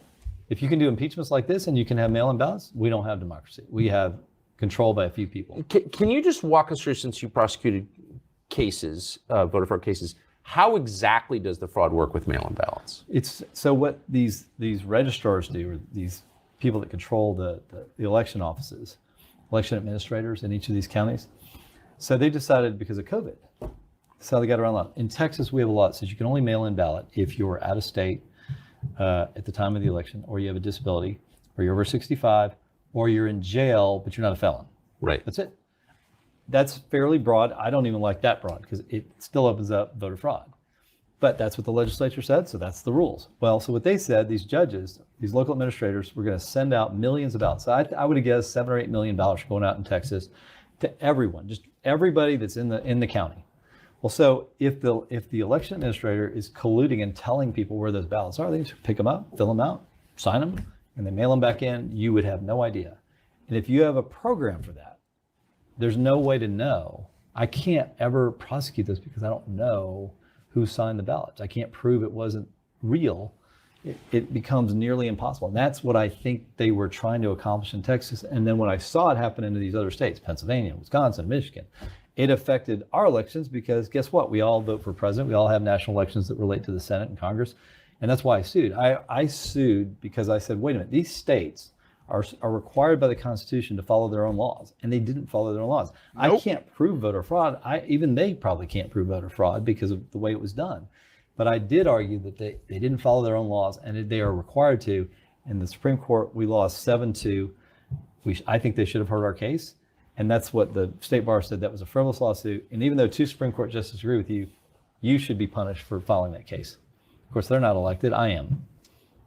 So you think that was the third rail? That's what you did that there's no brought doubt. Impeachment on your head. There's no doubt about that. Of course, we have lawsuits against Google, Facebook, tech companies. We were starting to invest big pharma on the vaccine because, as you know, the vaccine manufacturers are not liable for any damages. They're completely immune under federal law if it's a vaccine. So they don't have to. We were already finding out they hadn't tested these vaccines, and they weren't disclosing some of the consequences. So we were looking at potentially, we were investigating them to see if we had causes of action under deceptive trade practices in Texas. And as soon as I did that, man, that blew up my world. And I became, I think, a target of some big pharma, big tech, and obviously the Biden administration. Why would that be controversial? Look, big pharma gives a lot of money. But if they make everyone take the vaccine, but they haven't fully tested it, which is true, and they have liability, doesn't somebody need to? I was doing it because the federal government has this immunity for them. And I'm like, this is wrong. They didn't test this thing, and then they didn't tell us about those side effects. They had an obligation to test it, even if they weren't liable. And they had an obligation to tell my people, hey, there's some risk here. You should decide whether you want the vaccine, but here are your risks. Instead of saying, oh, everything's good, it prevents it, you won't spread it, all that was untrue. And that's a deceptive trade practice. If they did that, and we were starting to get that information. Seems like they did that. It seems like they did that. I had to leave office, so I don't know what's going on with that investigation. I will be finding out this week, but we are going to be back on that case. And I think that the people of Texas and the country have a right to know what happened. Well, of course they do. Is Rove not on that either? I have never heard him speak against anything related to that. Never. So it's I love interesting. this guy. I've interviewed a lot awesome. of people who go through traumatic experiences. This has obviously been a traumatic experience for you and your family. And they either are kind of broken by it and decide to obey, or they become more ferocious. Where would you say you are? Look, I am so excited about going back. I've been thinking about what I want to do when I get back since the day I left. And so I'm re-energized to do the things that I think the voters sent me to do. I ran again because I was in the middle of so many big things. I mean, our Google lawsuit, our antitrust lawsuit is I think the largest the world's ever seen. And it will have an impact on whether we have free speech on the internet, whether they can control all advertising on the internet by one company. The things that I was working on, like this big pharma stuff, and the fact that we're trying to stop the Biden administration from ignoring the Constitution and just ramrodding things through outside of the legislative process, these are all things that fundamentally affect, and the voter fraud issue fundamentally affect whether we are going to be a free country. And so, I mean, that excites me to go fight for that. And even if they keep taking shots at me, which I assume Karl Rove and that group, and they'll continue to do it. But to me, it's worth it, because if we don't fight now, we're going to lose our freedom. We lose Texas, we lose everything. Well, yeah. I mean, the country's a completely different country if Texas goes. There's no balance at all. We cannot depend on Maine to say this. It's a one-party state at that point. So what do you think they'll, I mean, presumably, you got, 800 lawyers in your office? Somewhere around that. I'll have to go back and check because I've been there. So it's a force. I mean, you are a force. Yes, we are the largest Republican Attorney General's office in the country. I know that. We've got resources other states don't have, so we can do things they can't do. And a lot of times, other states will work with us to increase our ability to have an impact, but we are the most important Republican state just because of size and resources. Of course, massive scale. So they're trying to put Trump in jail. What do you think they're going to try to do to you next? You know what? I think if they could, they'd put me in jail. I don't think they're going to stop. They've realized that this law issue works because there are lots of judges who are political more than they are following the law. And so you're exposed. I'm exposed. He's exposed depending on what court you end up in. And if you end up in certain courts, you got almost no chance of winning. So it's a scary prospect for people like us. But if we don't keep going, we concede. We lose. I mean, we all lose. My kids lose. My grandkids lose. I mean, I'm 60. I'm only going to be around for 20, 30 years. I don't want to walk away from this and leave my kids and my grandkids in a spot where I just gave up and said, fine, let them do this. I'm not going to, even if they punish me for it, so be it. You hear conservatives complain about George Soros's effect on our judicial system. But, you've been in Texas a long time. You've seen it? It is dramatic because he's. So I see you guys, and we're going to read all these super chats. Thank you, Ed's Heads Up, for the 50. Trump and Schaefer told me it was good, but Biden and Kamala said they were bad. Then they all said it was good, brought to you by Pfizer. Yeah, I hear you on that, man. It's been, the messaging has been all over the place. And I think Trump's finally backed down on talking about it, although he does have a valid point of no one knew what this was. We handled it the best we could, but he did oversell it too much. He has finally dialed that back. Thank you so much for the 50. And we'll get to we're gonna get everything rolling. We're gonna get gifties up in here. We're gonna get supers rolling. I'll be reading everything. We're gonna get hyped. This is almost over. Go ahead, Jed. He's so smart. I mean, I think he's outsmarted us on this stuff. I watched DAs who I worked with, Democratic DAs who I worked with, didn't agree with on every issue, but they would prosecute cases, whether it was in Travis County. We worked with the DA there. I even tried to help her get money to prosecute certain types of cases. The Bexar County, which is San Antonio, I thought that guy was doing a great job. George Soros put up candidates to take those two out. Why? Because he wanted people that wouldn't prosecute real crime and focus on political crimes instead of going after, shoplifters and drugs and all the things that you'd expect a prosecutor to go after. George Soros and voter fraud, they're not going to do it. It was a great strategy. So that leaves only me. But why would he want that? I mean, why would anybody want to encourage violent crime? It's a mystery to me. I don't understand it. Unless you want to destabilize the country, which that does. I think it creates lack of confidence. People don't feel safe. Right. They don't trust their institutions. And I think you can look at the big cities, whether it's Austin or go to Seattle, go to San Francisco. I mean, you know San Francisco. I think the results speak for themselves, right? I mean, crime rates have gone up. People will feel less safe. And I think it's had its intended effect and continues to have its intended effect. So that was a smart move by George Soros. And it's really hard for us to do much about it because we don't control Democratic primaries. So that means we have to be smart. We have to make sure our Court of Criminal Appeals, which is all Republican, that we elect the right people there. We have to be sure that the Attorney General is going to go fight for this stuff. Because if we lose some of these other pillars, we have nothing left to fight with. Again, I hate to keep going back to Karl Rove, but he raises probably more money than anybody in the state for politics. Is this a concern of his? I mean, are Republican groups trying to get prosecutors who care about the law elected? I've never seen it. I've never seen it from Karl Rove. I wish Karl Rove cared about some of these things, but I've never seen him concerned about the things that I'm talking about, things that dramatically affect the future of Texas and the future of our country, which I have said are linked. I've never seen Karl Rove ever step forward to do that. I've seen him attack Republicans, conservative Republicans, who are trying to do that, like me, but I've never seen him help us. I've seen him work with the other side, but I've never seen him help us. But I mean, a lot of people get murdered as a result of these policies. Like, people die. A lot of people die. There's no doubt that we have higher crime rates in all categories because of policies from DAs. I mean, look at what Austin did. They cut their police force, I think it was by 34%. Well, now, I mean, with crime rates going up and you're cutting the police force, they did that in Austin. I know they've done that in other cities. How does that make any sense? And by the way, they kept saying to my trial that I was against law enforcement. That is not true. I'm against corrupt law enforcement. I'm not against law enforcement. I believe in law enforcement, and I think cutting the police force is a bad idea. So this whole notion that they tried to present in the trial that I was against law enforcement is absolute false. And I think more law enforcement is actually better as long as they're doing their job the right way. And in any profession, you have people that, don't do the right thing. I've noticed. Yes. Wouldn't it be interesting, though, to try and figure out how many people have been murdered as a result of these policies? I mean, Austin got a pretty famous serial killer once they started pulling back on law enforcement. Obviously, as time is going on, we're going to get more. We should be able to get more and more of those statistics, and we already have probably at least a year or two's worth to look at. And that's something I'm going to be super interested in talking about as I go around the state, because I'm going to be going around the state talking about all of these issues over the next couple of years. Amazing. Well, that's quite a story. That's it. Congratulations.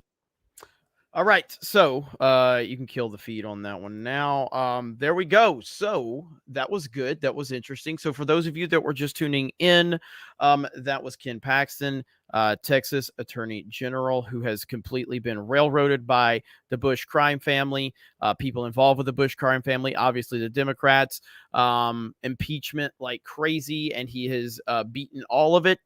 And he's a Trump guy, and now he's back, and he is going to be kicking ass and taking names. And they've essentially turned him into a rock star. He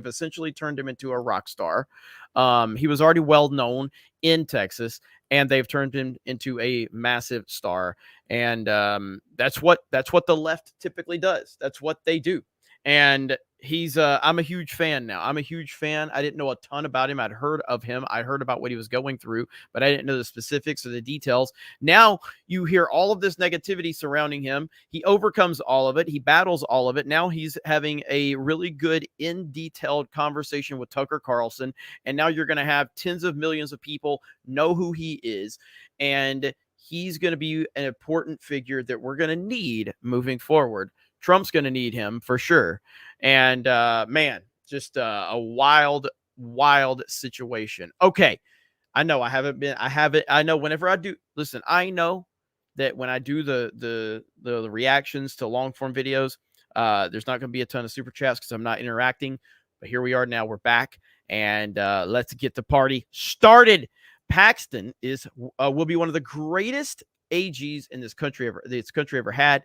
He will not be afraid of the deep state or any other enemy of the USA. He will help drain the swamp. Absolutely. Fantastic. Mr. Knox says this Coral Rove is best described as a rat excrement you find in the belly button. Stinky for days. 100% on that. Atomic Patriot for 50. A big old 50 bomb. In the wise words of Liberty Prime, death is a preferable outcome to communism, and communism is a temporary setback to freedom. When Bethesda was based, communism didn't die. It disguised itself as a progressive movement targeting gullible youth. Well said, and thank you, Atomic Patriot. Appreciate you. Hope you're doing well. Thank you, brother. Holy crap, are you guys doing a 50 bomb party on me now?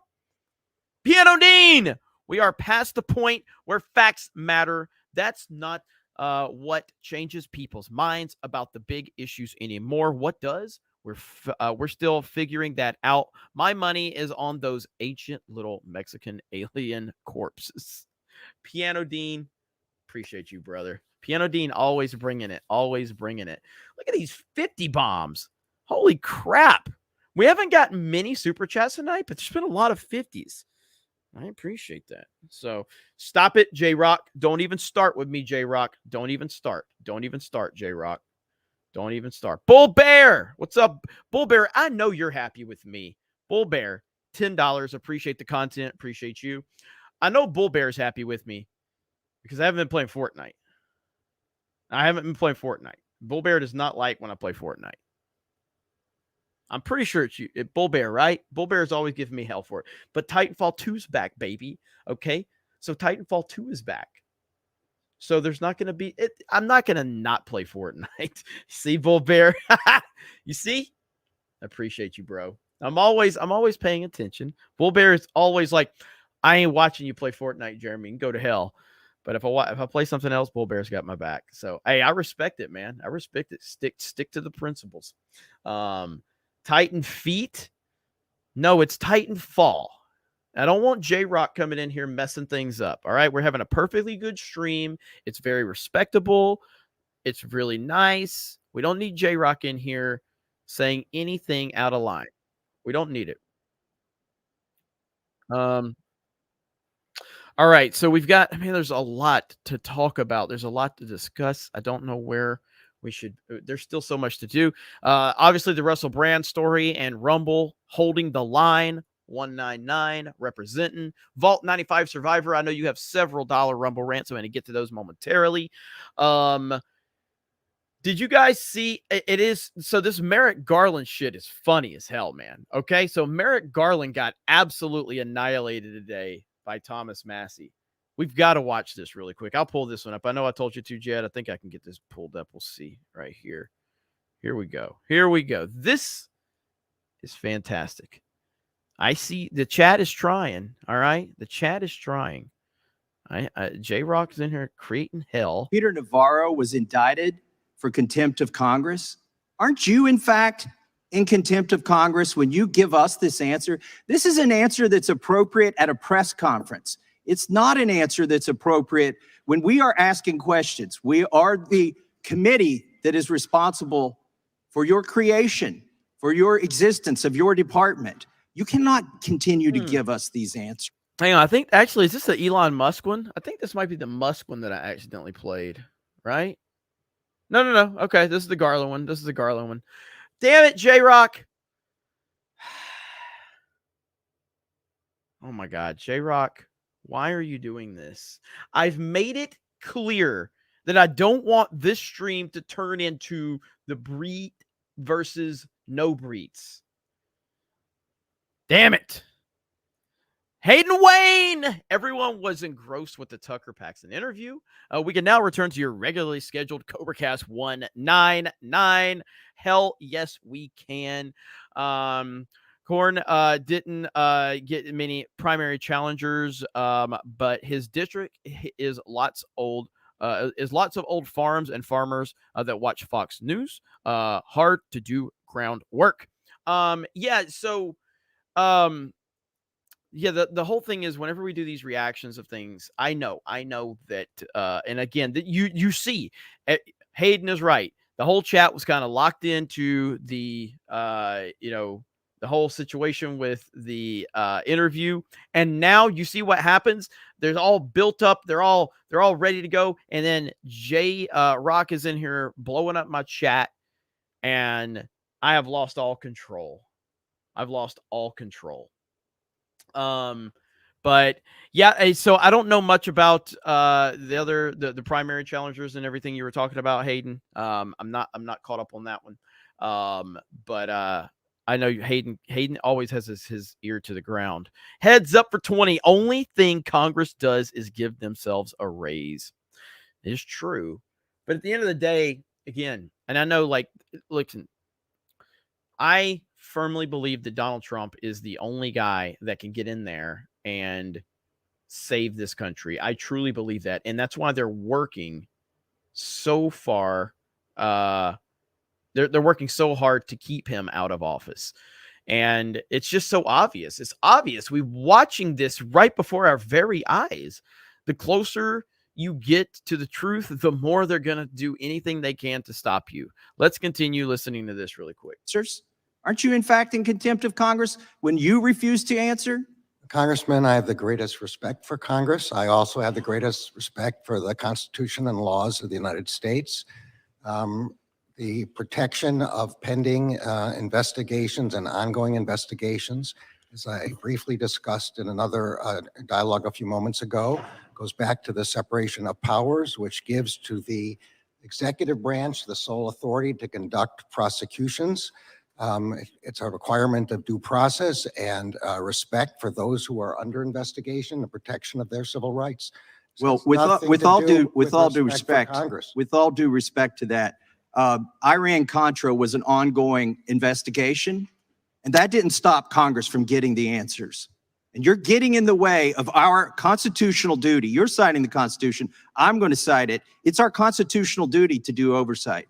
Now, in that video, that was your answer to a question to me 2 years ago when I said how many agents or assets of the government were present on January 5th and January 6th and agitating in the crowd to go into the Capitol and how many went into the Capitol. Can you answer that now? I don't know the answer to that question. Oh, last time you don't know how many there were or there were none? don't know the answer to either of those questions. If there were any, I don't know how many. I don't know whether there are any. I think you may have just perjured yourself that you don't know that there were any.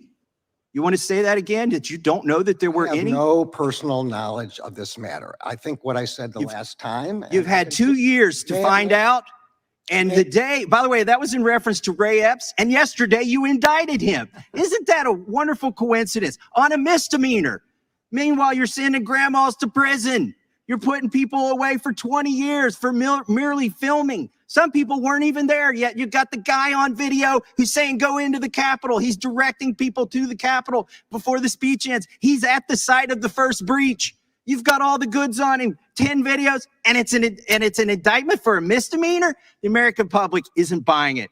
I yield the balance of my time to Chairman Jordan. May I answer the question? I'm going to ask you one now. We'll let the gentleman. Yeah. Go ahead, but in discovery, in the cases that were filed with respect to January 6, the Justice Department prosecutors provided whatever information they had about the question that you're asking. With respect to Mr. Epps, the FBI has said that he was not an employee or informant of the FBI. Mr. Epps has been charged, and there's a proceeding, I believe, going on today on that subject. the charge is a joke. I yield to the chairman. Man, Massey just a boss, and I love it. That was so damn good. That was so good. So hell yeah, man. Yeah, Garland is a piece of garbage. We obviously have the beard of shame voting right there. I know that I saw Hayden said I refuse to vote because he wants both. So I don't know. Hailstorm. He's probably working on it right now. Hailstorm, let me teach you. Like he's not here, but he's working on it. So Hailstorm, if Hailstorm were here, I'll pretend to be Hailstorm. Okay. Let me see so I'm just going to pretend to be Hailstorm. Hey, Jay Hailstorm. So they're basically saying they want both beards of shame. So what do we do here? Yeah. If they send enough super chats, I'll do both. Thank you, Jay Hailstorm. Appreciate that. Thank you, Hailstorm. That's how you grift right there. That's how you grift it. So Hailstorm said it. So if he says there's enough super chats, then he'll do both. That's what he said. He's going to be so pissed at me if I committed him to both of them. He's going to be like, you fucker, because he's not here right now. He's not here right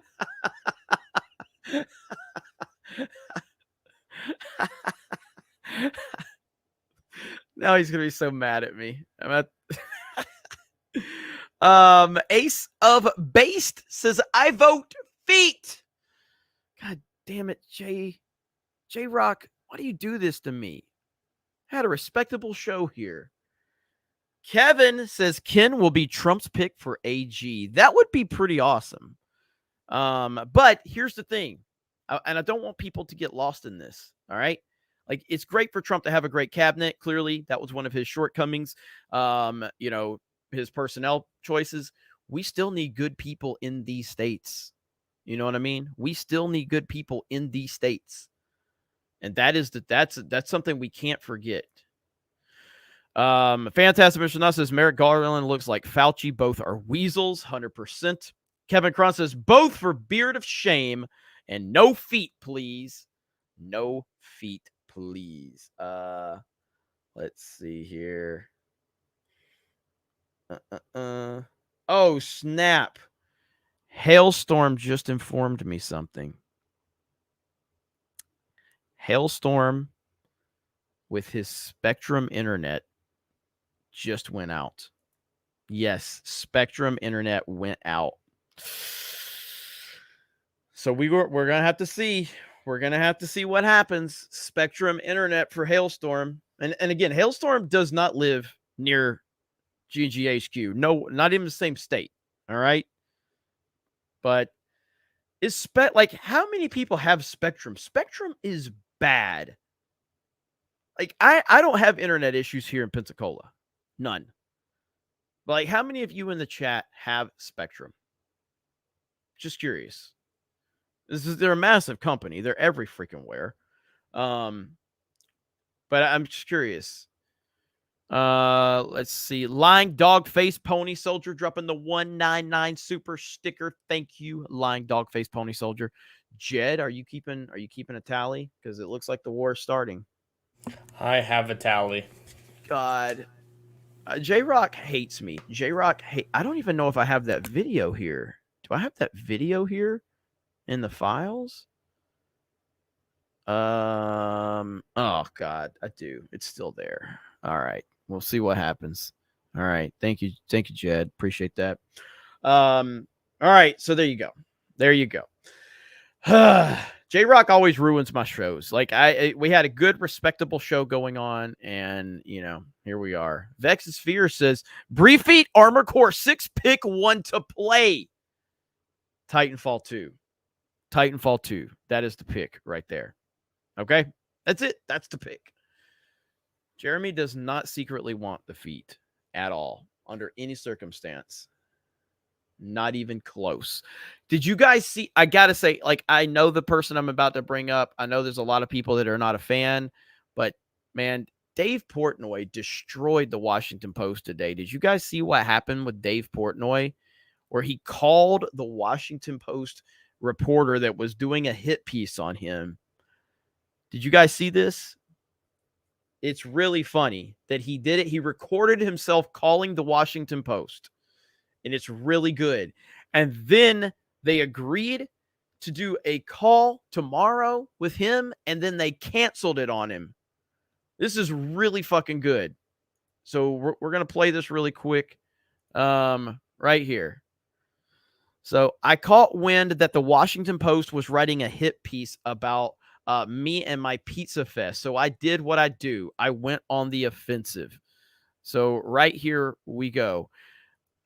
This is Emily. Hey, Emily, this is Dave Portnoy calling. I'm recording you right now, but I've noticed a bunch of people. It seems like you're sending. We have this pizza fest happening on Saturday, and you're reaching out to our advertisers, and you're basically sending an email that says, to the effect, Dave's a misogynist, racist. Do you want to defend yourselves? Advertise. So Dave does not. I think Dave leaning into it at this point in time. He says misogynic when he means misogynist. He says misogynic. And he says misogynic about 100 times in this video. Well, let's back it up so we can hear that. You're sending. We have this pizza fest happening on Saturday, and you're reaching out to our advertisers, and you're basically sending an email that says, to the effect, Dave's a misogynist, racist. Do you want to defend yourselves advertising at this event, right? I'm sorry. What's your name, Dave? I'm sorry. Who are you? I'm the guy you're writing the article about, Dave Portnoy. Oh, you're Dave Portnoy. Oh, hey, how are you? Good. Good. No, I'm not. I haven't said anything like that. I can read if you want. If you want, I can read what you actually sent. I have it. Yeah, read, because I sent a bunch of notes, so I want to make sure I know which one. Okay. We are planning to write about the festival and how some of the sponsors and participants have drawn criticism by seemingly to associate themselves with Dave Portnoy, who has a history of misogynic comments and other problematic behavior. I want to make sure that blank had a chance to respond to this, since the company is the most prominent and their partners of his festival. Oh, that's the one I sent to, which was definitely the most pointed of them, because I really did want them to respond, and I was hoping to get something from them. Do you think that's fair? Like, I totally disagree with the assertions of what you said, that misogynic and all that stuff. So, like, it kind of backs people into a corner. So I'm happy to go over anything. I mean, that is pretty pointed. You said you didn't do it. Then I have the exact evidence of you doing it. So I didn't say I didn't do that. I said I did. That was the one that was the most pointed. Well, no, that went before I provided proof. You said you didn't really remember doing that, and then I read it to you, and you're like, "Oh yeah, I did it that one time." So you did do it. I'm happy to talk about the comments, because to me, it's kind of like torturous interference. Like, we're doing an event, everyone's happy about the event. I've raised $50 million for small business. I've helped pizza. None of that. It's Dave's misogynist and problematic, and I'm happy to talk about it, because to me, nobody would like if someone's going around sending that email to their sponsors. And again, you're not like questioning. It's almost like a statement of fact. This is what I am. Yeah, I do want to talk to you about this.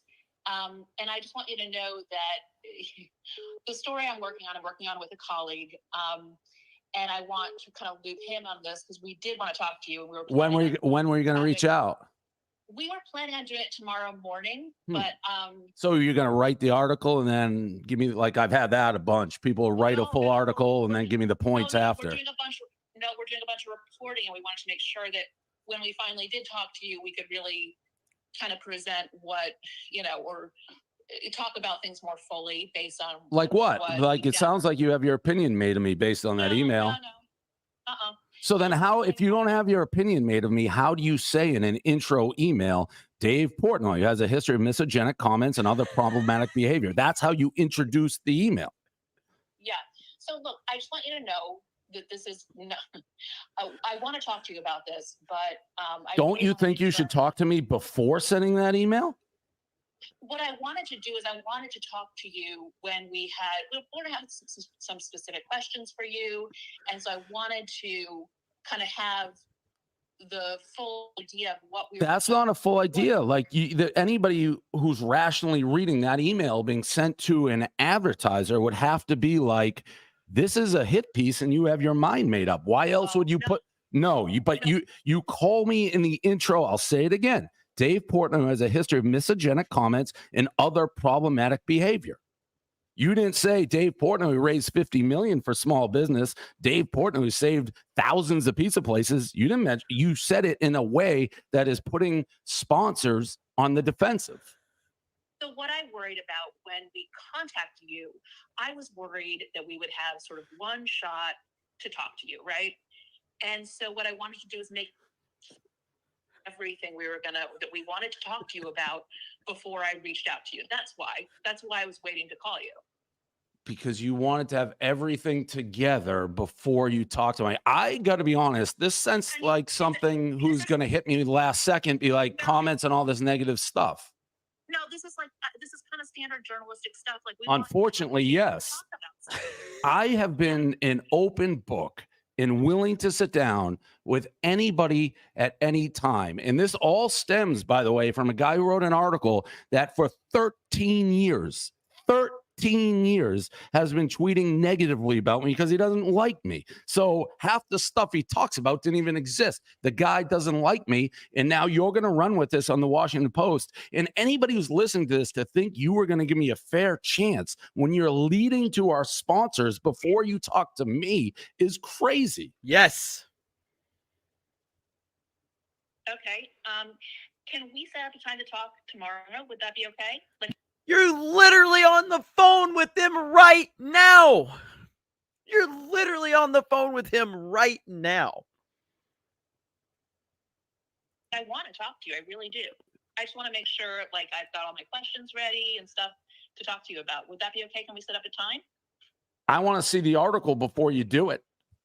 No, it's not really, we can't do that. And Why also, can't you do that? Because all I do is I validate all the stuff you're about to make up against me. I have been hit with the same things over and over, and they're all so wildly out of context. It's insane to say at this point in the game, when you've already written to the sponsors, let me say it again. Dave Portnoy has a history of misogenic comments and other problematic behavior. I catch you off guard on a phone call, and now you're like, no, we planned on talking to you tomorrow. Like the Washington Post, which is a wildly left-leaning publication, you have things you've said. You hate Trump, you hate Elon. Not that I'm those people. To think you're going to give me a fair shake. I wasn't born yesterday. I wanted to talk to you, and as part of my reporting, we haven't written this story. We won't have written it by the time we talk to you. This is talking to you, I would hope, is going to be a big part of our reporting and a big part of the story. So I'm really hoping I do that, but I want to give you a chance. If we're going to, anything specific we're going to include in the story, but I just don't have it all in front of me because I'm working with another reporter, and I want to make sure that we have as full a conversation as we can. What was the thesis of this article you're writing? I don't work with thesis is. I'm just reporting. It's just, it's just, you're an interesting guy. You have an interesting role in this industry, and we just want to look at it. That's all. It seemed like you were going to try to shame sponsors for being associated with me and put them in a box when I know they all love me, but nobody wants the Washington Post writing an article, sponsor associated with misogenic, racist piece of shit. Nobody wants that. That's what you're trying to do. And even on this call, it's pretty clear that's what you were trying to do. You don't have the facts for me. What I might have said on this call that would give you that impression. All I've said on this call. Well, we started the call. We started the call with you saying you never said anything negative, and then I read back an email like, "Oh, I did on that one." Yep. I said that I sent a number of emails, and that one was the most pointed because I was really trying to press them to respond. But I really, in what I've been asking people about, I'm just asking people. The best part here is towards the end, he gets her to admit the sleazy tactics of the media and how slimy they are. Towards the end, it's beautiful what he forces her to admit. Well, what they're doing. I'm just asking people about, how they came to participate and how they view it. Now, but you could have just as easily said, what's your involvement? Are you proud to be involved with somebody who has done so much for the pizza and service industry, right? That could have been an email. Can we set up a time tomorrow to talk? I mean, really, I want to get into all of it. Well, I don't know if I trust you yet. So I'd want more. I want to see everything that you've been asking these people. Like, again, I don't think there's generally why I don't do this at the last minute is because if you really wanted to get my perspective, it wouldn't be me calling you. You would have already reached out to me in a fair manner. Hey, sorry about that. I got it like a call that came in the middle of it. Oh, no worries. Okay. No, I was just saying I was going to call you. I really wanted to talk with you. I want to have a really full conversation. That's why. So what time?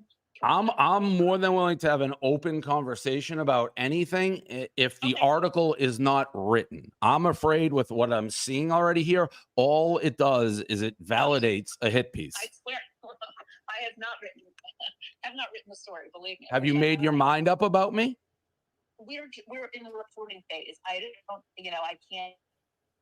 Not for me to say, and I'm working with somebody else. But that seems like a pretty straightforward question. That have you made your mind up about me? If you can't answer that, no.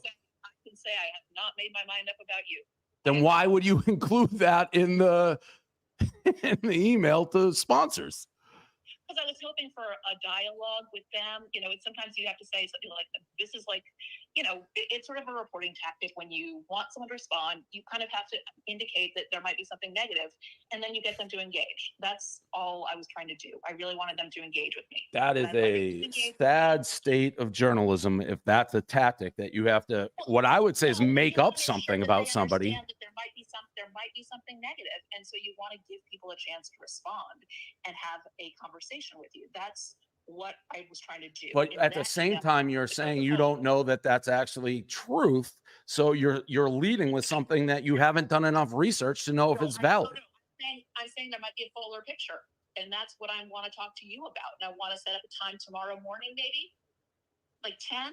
Are you free at 10?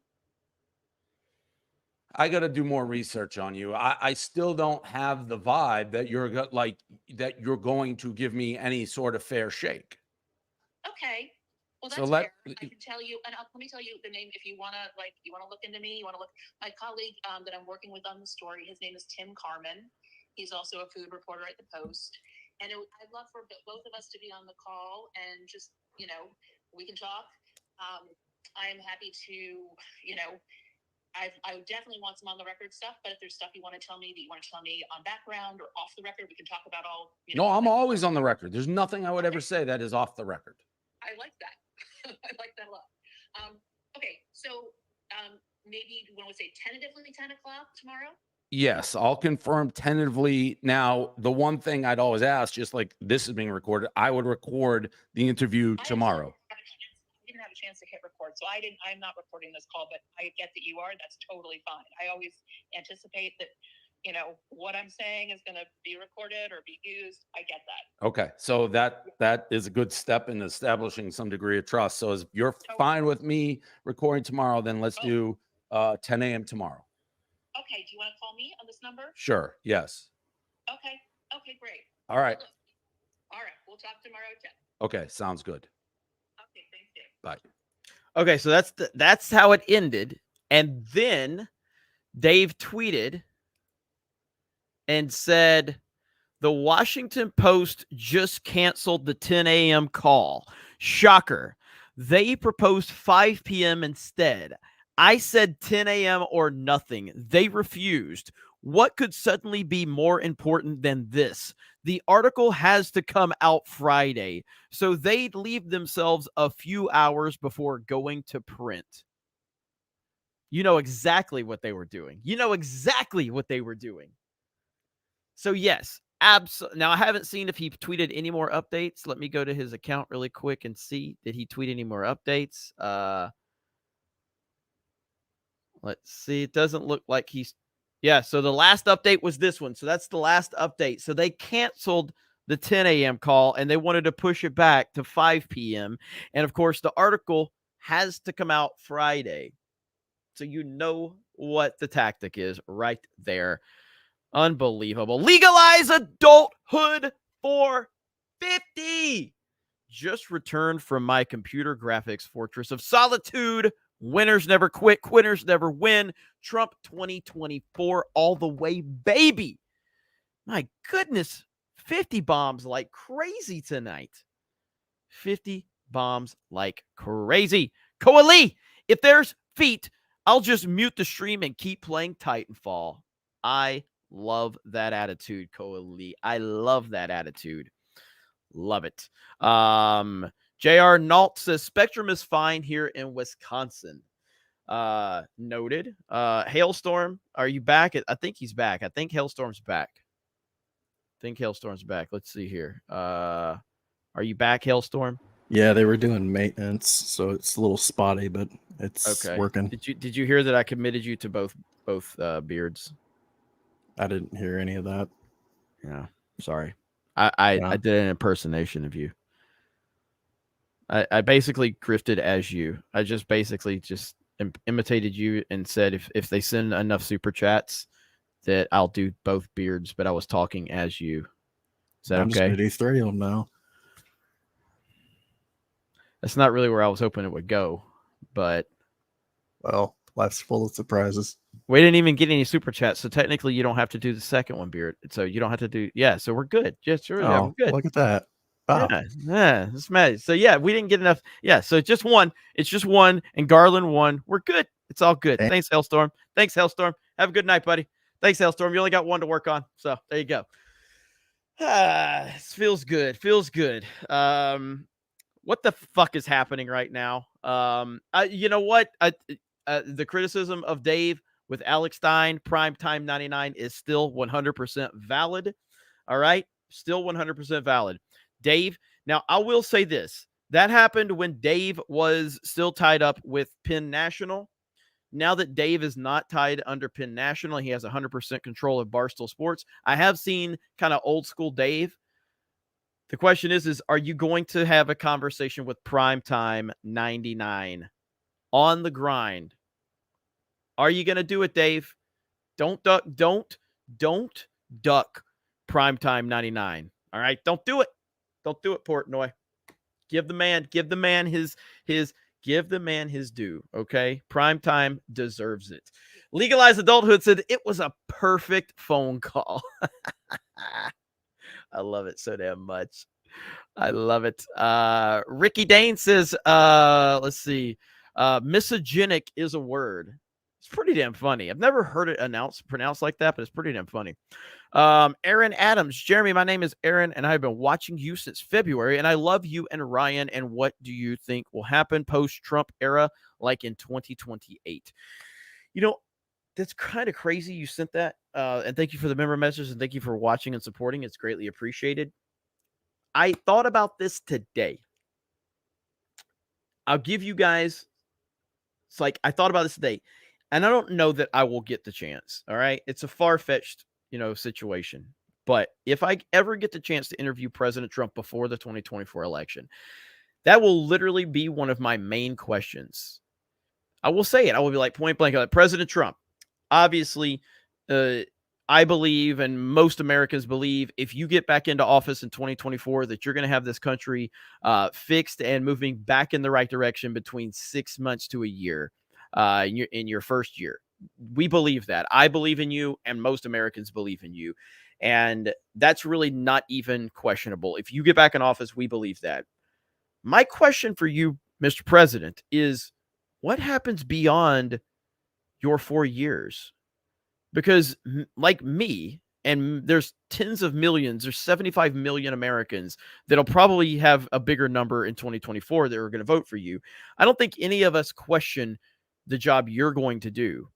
It's what happens when you're gone.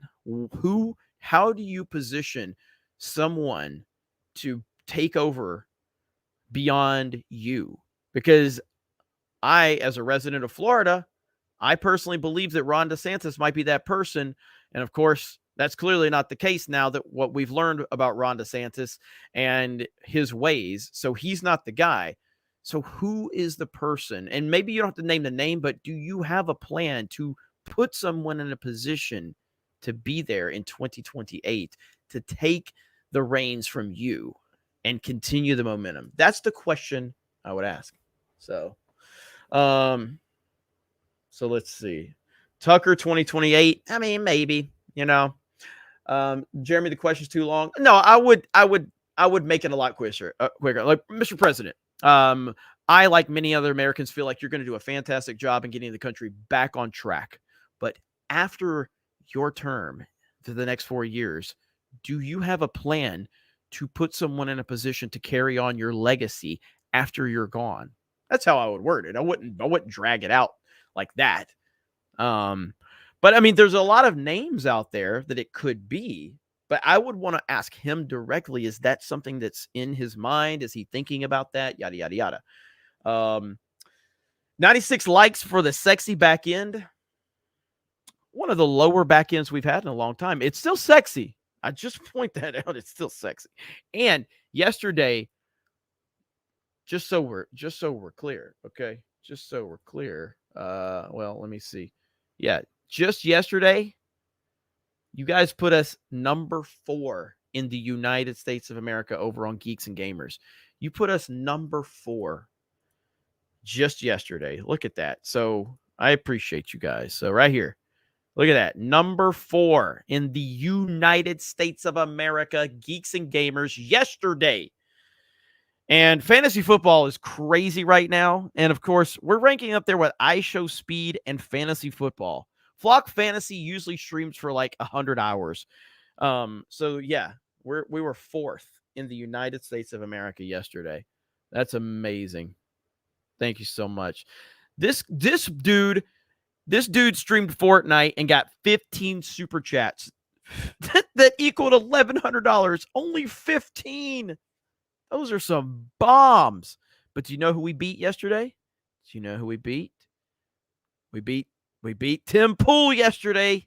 That's right. We beat Tim Pool. So there you go, ladies and gentlemen. Shout out to the 199 for always representing, kicking ass and taking names. You guys are the best chat. I love you all. I appreciate you all.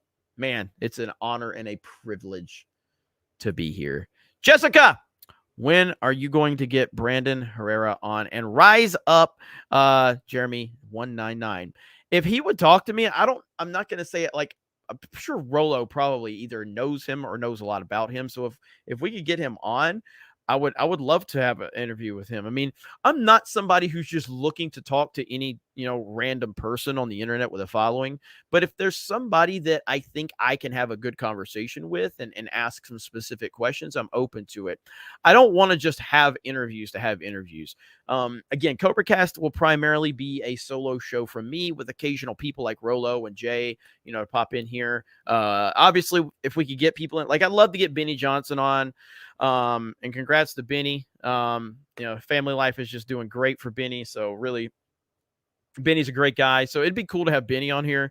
And yeah, there's definitely some other people I would love to have on, but I'm not just like, I'm never going to be the, like, I can't ever do, like, at least for the foreseeable future, I could never see myself being in a position like how Tim Pool has someone that they book random people and Tim has no idea who they are, and they just show up, and Tim just has to kind of figure it out. Like, I just think that just feels weird to me. I like to have some type of interest, common interest with the persons coming on, so we can have a conversation that's centered around that person.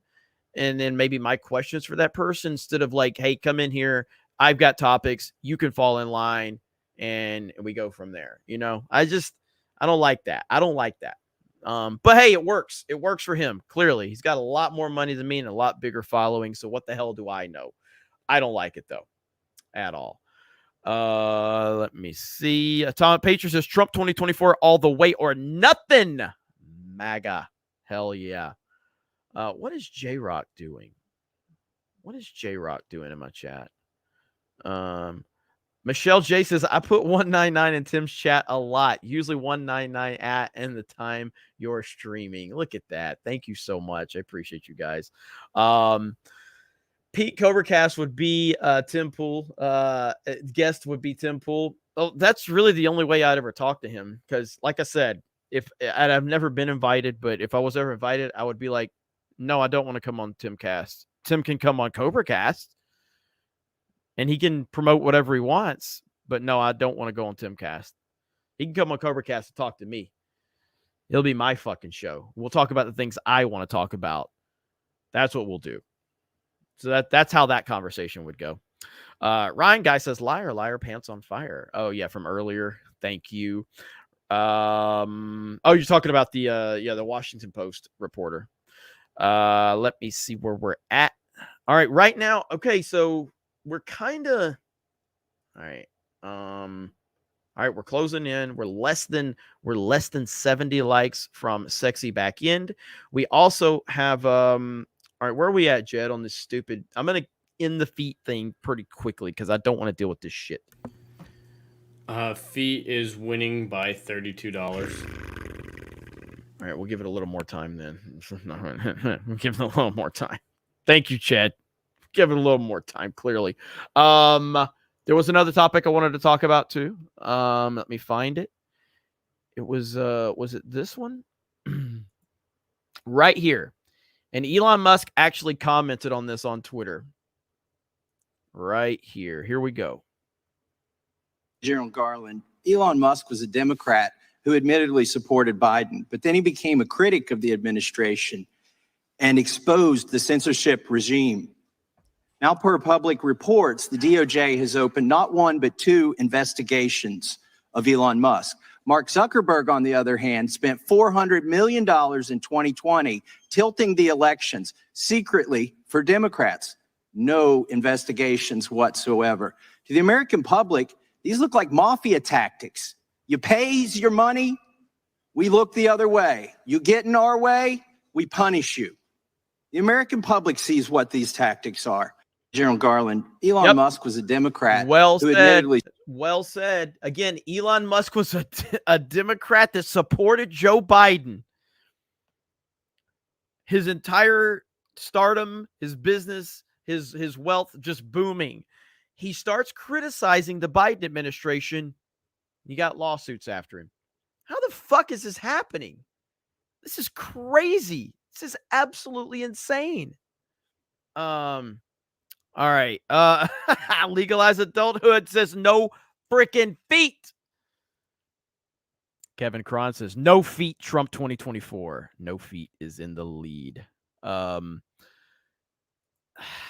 right, can we get this over with? Can we get this feet thing over with? So here's what we're gonna do. Here's what we're gonna do. Just give me a moment. We're just gonna end this right now, okay?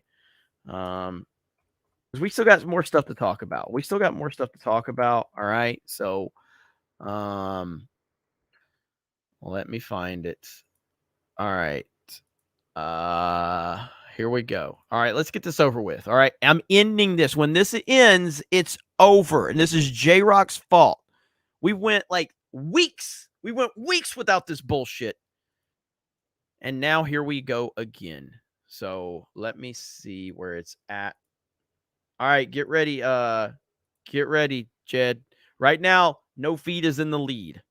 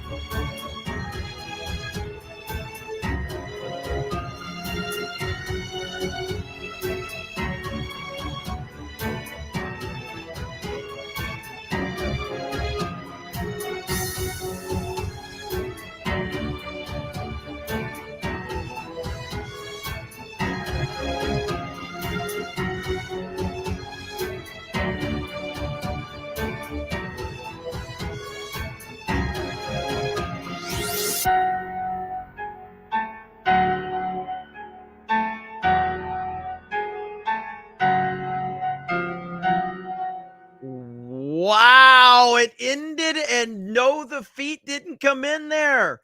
No feet won, right, Jed? Oh yeah, we're safe by quite a bit. Wow.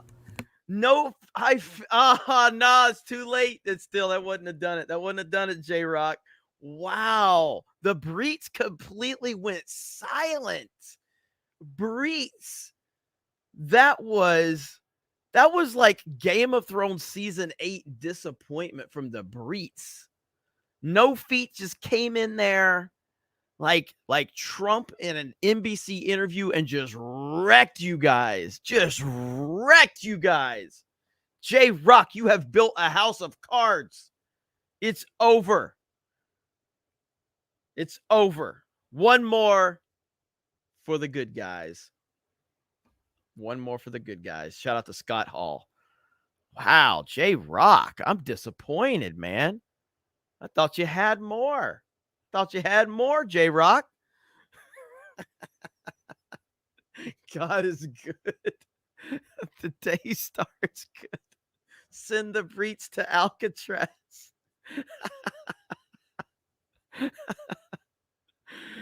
Cam Man says, I guess I don't have to go on the show. John Beck says, no feet. Orange Agonton long teeters. Yeah, that was a Krista meme right there. Kevin Cron says, I finally defeated J-Rock. Yes, you did. J-Rock, what do you got to say for yourself? J-Rock? Very disappointing. Very disappointing. I expected more. Fantastic Mr. Knox says, I wish I could dump $400 dollary dues on no feet. This needs to end. No Breets. Yeah, that was what. Oh, of course, we got Vice. It says dealer's choice for $20. So there you go. Krista, they're talking about long boobies. You talked about the orange Agontons. So Krista made a new meme. You want to talk about your new meme, Krista? So apparently there was a video going around of an orangutan throwing a possum, and everyone kept tagging me in it. So I finally made a post saying, stop tagging me in it. I've seen it 1,000 times. I don't like orangutans because they have long TDs. And I don't know why people pay big money to go to the zoo just to why are you laughing? It's true. I don't know why people why do people pay big money just to go see them? Why do they even put them in zoos in the first place? No, I don't want to see them. Oh my God. Oh, TDs. Long TDs. I don't think that could be turned into an emoji, unfortunately. Sorry. Just put TEEDEES as the oh my. and then whenever like a good looking chick with her boobs is in the picture, that dropped the T. Orangutan boobies. You can't unsee it. That's really good. That was really good. All right. Good job, Krista. All right. Okay, so we are rocking and rolling. We got a few more topics to talk about. I know that Hailstorm's working on Beard or Shame. I have no idea how long that's going to take. But we will get to that. And I just want to talk to all of you guys. How the hell are you right now before we continue on? What's going on with you? Anybody got any questions? Anything you want to talk about? Just let me know. Obviously, I've been obsessed with Titanfall. I think I do like I do have to get back in the rhythm of getting I'm going to be back and forth between Pensacola and Orlando a lot, and so I'll probably need to go ahead and get a better mic. I only have the webcam here, so I can go ahead and get like the Canon 50D. Sir Straits says grinding Titanfall 2 right now. Thanks. Hell yeah. That's what's up right there. I love hearing it. Let me go over to Rumble really quick. Our peeps over on Rumble. Vault 95 Survivor. Don't forget how leftists and Obama spent 8 years trying to imprison Bush for war crimes. Bush said nothing. Then within 60 days of Trump being president, Bush came out publicly on Trump being horrible. 100%. 100%. Jeremy, history research for you. Look up British War Plan. R4. In February 1940, they launched a military invasion to conquer and occupy Sweden 5 months before Germany invaded France. Sweden was neutral. It says, don't forget, as of 2020, Texas has 38 electoral votes. Long ago, the globalists seized control of D.C., and the last 20 years have been spent seizing control of enough local areas to secure election laws. And then real democracy is 10 people voting and 6, real democracy is 10 people voting and 6 vote to enslave the other 4. Sad but true. Lying Dogface Pony Soldier gifting a D-Day Cobra membership. Thank you. Vault 95 Survivor. Interesting theory from the Blexit students. The globalist end goal is to convert North America into an economic manufacturing zone where slaves make goods and products for the rest of the planet. And then Vault 95 again says, with a North America economy trade zone as globalist goal, it may explain the ultimate illegal immigration, the unlimited illegal immigration, all to be future slaves, their kids and grandchildren, and of course the current population. And Vault 95 says, can feet get a beard of shame? That means we'd have to see them, and that's the problem with it. That means we'd have to see them. Thank you guys for supporting on Rumble as well. Appreciate that. Let's see. Napa Lugi says, is welcome to the Snake Pit. New member. Thank you. Tom McD, member message. Jeremy sounds, this sounds Banana Republic legal, not American legal. What the hell? Really? What the hell? Shaking my head. Yes. The whole Kim Paxton thing is ridiculous. Let me see. My Titanfall 2 download finishes soon. Gonna be painful and fun injury day when I wake up. Almega. Hey, I'm telling you, I put all of my whatever little I have credibility on gaming. I stand by Titanfall 2 as the campaign is one of the best first-person shooter campaigns you'll ever play. And the multiplayer is easily the best multiplayer I've ever played from a multiplayer FPS. So there's a learning curve, though. You have to understand there is a learning curve. All right, there is. TJ, remember a message for 11 months. We need the people to take our country the fuck back at any means necessary, no matter what the cost, or die trying for our children, our grandchildren's sake. Well said. Renee's ramblings. If J-Rock wants feet, then you need to play the Kamala Beard of Shame video. Celluloid Dream says, Krista has TDs. What? Nerdy Neo says, Metroid Prime or Metroid Dread? Metroid Prime is probably the better game. I personally prefer Metroid Dread, but Prime is just objectively probably the better game. But Dread is one of my favorite games ever made. I love it. I love Metroid Dread so much. Dixie Clary for 5 says, I'm from East Texas. I left 14 years ago. This kind of makes me glad I did. GM Stillhaven, Kim Paxton just got elected governor of Texas. Andrew Lundell says, Paxton gets impeached, which effectively sidelines him. At the same time, there is a massive influx of migrants going into Texas. Coincidence? I think not. There's J-Rock's 1999 says, Breets. Vice, I got that one, the dealer's choice. Hayden for 10, the economic migrants buying land in Texas? ? Ken Paxton would say no, but he isn't isn't Abbott, who is letting it happen. Yeah, and he was sidelined. And very convenient for them. Very convenient indeed. Coali says, I'll die with you on that hill. Titanfall 2 is the best shooter, both campaign and multiplayer. It really, the mechanics are just insane, man. So damn good. Daria Murphy for 5. I'm dying. Krista said, people pay, quote, big money to see long orange-agonton TDs. What planet is this? It is a strange comment. It's a strange comment. Atomic Pager says Orange Agantons are still hotter than Lizzo. TDs.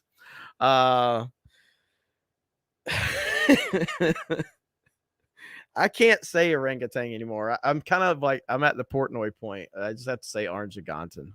So it's just part of it. I can't do anything else. All right. Where are we at?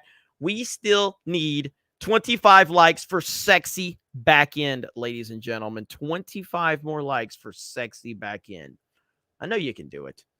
A feline named Vajayjay, how would you pose if you were going to die while climbing Mount Everest? I'll say this again. How would you pose if you were going to die while climbing Mount Everest and you knew you were going to be made into a trail marker?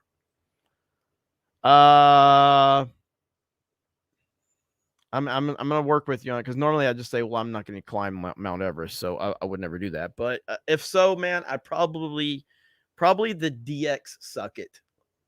I'd just be like, that would have to be it right there. That would have to be it.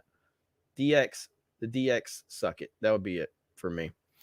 Very, very, very mature answer, as you would expect from me. Of course.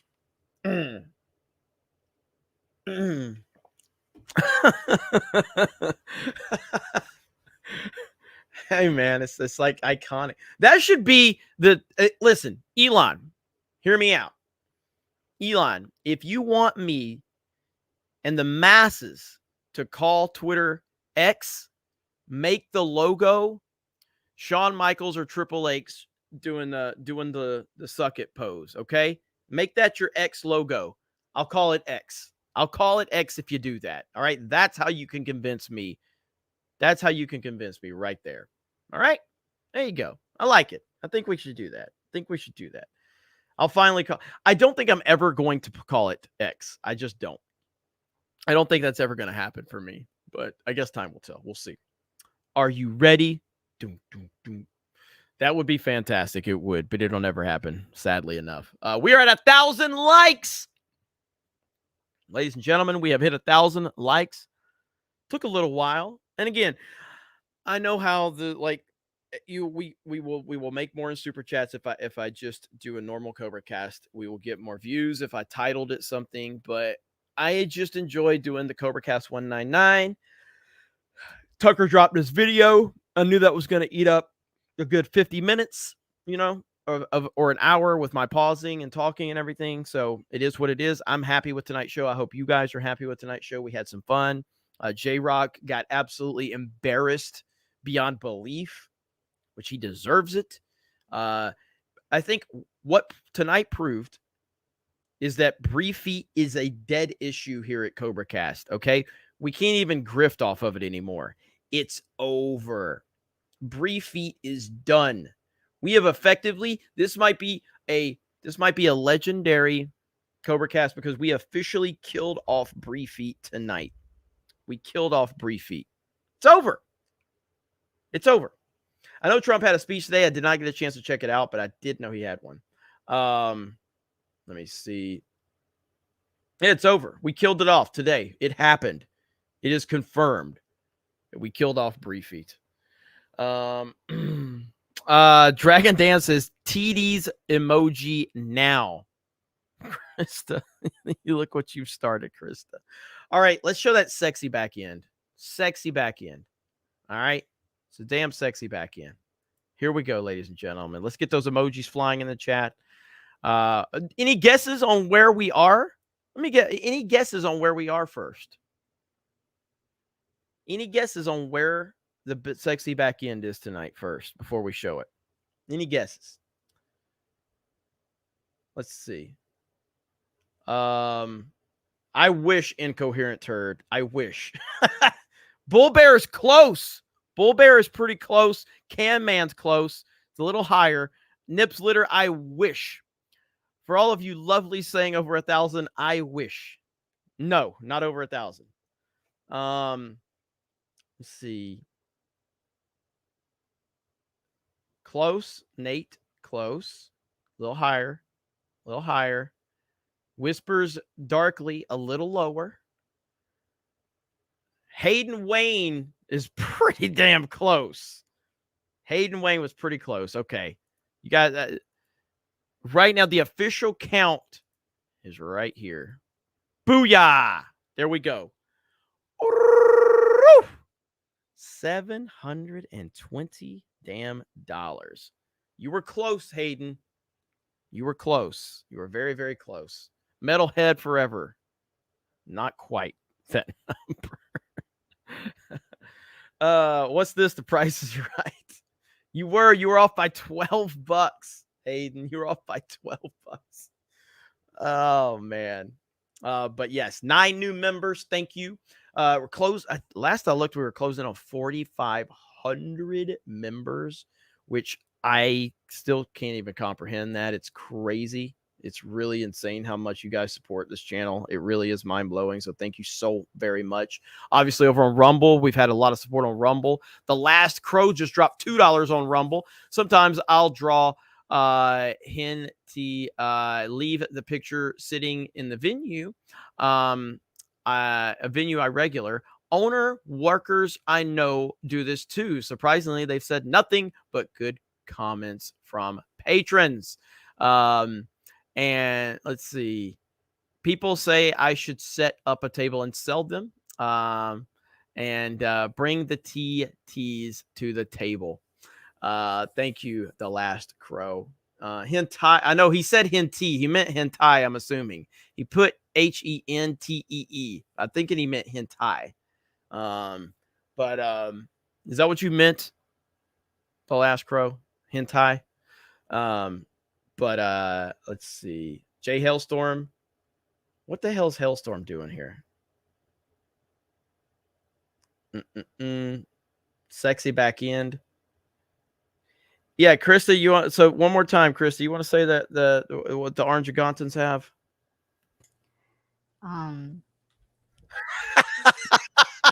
Just saying, it's funny. He's like orangutans. Yeah. I don't like them. Why don't you like them? Because they have long TDs. Can I send you a picture? Is it YouTube appropriate? No. Why do you want to send me a picture? Okay, wait. You tell me. Oh, no. I need to paint a picture in everyone's head. Because we all know what orangutans look like, but we don't know what they really look like. Okay. You tell me. I'm All sending right. it to you right now. Is this YouTube appropriate? Well, you're gonna oh, there it is. God dang it. I mean, I guess. I guess. Okay. I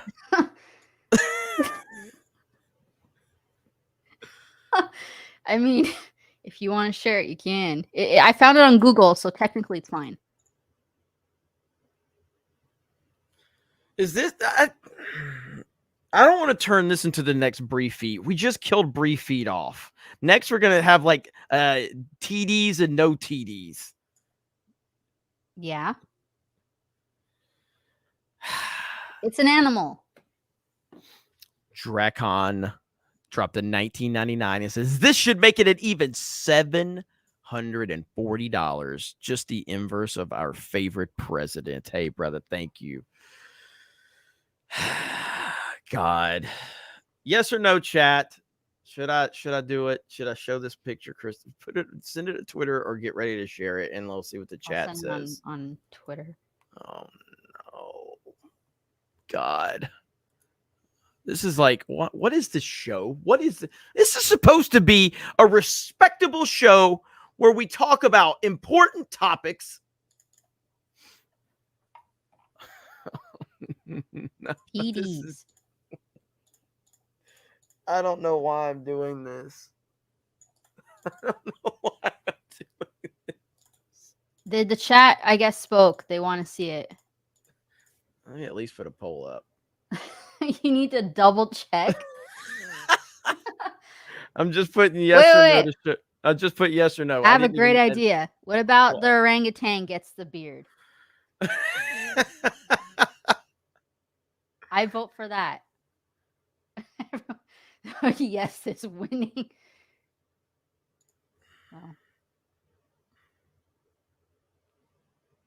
GM Stillhaven, send it. This is the degeneracy I pay for. Yeah. Can we make this a Rumble exclusive? Maybe. Is this real? Yes. Are you sure? Yes, I found it on Google. What did you think? Milfoon says, been trying to send a message about Chanel Ryan. She was but it won't let me. She has a documentary on her YouTube channel on Biden, which is very good. Wasn't she what channel was she with? Newsmax or something like that? Chanel Ryan? The one the 199 demands monkey TDs. OAN. She was with OAN. Okay. All right. Jesus Christ. All right. But this is Krista's. This is all Krista's doing right here. Okay. No, like you go to a zoo and this is what you see. Yeah, I wish this could have been like. In fact, it's one of the lower like super chatted CobraCast, and you're making me do this shit. I'd be feeling a lot better if we had a great night. Chris is ruining this channel. No. Like, are you ready, Krista? I'm ready. I mean, I've sent it. I don't know if the chat's ready though. Here we go. Okay, imagine going to a zoo and seeing that. Why do people pay money to see that? Whose favorite animal is that? Long TDs.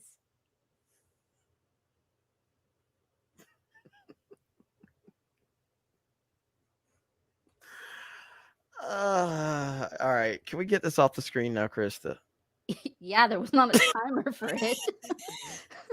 I didn't say to leave it on long. Literally speaking. Okay, I gotta go now. Bye.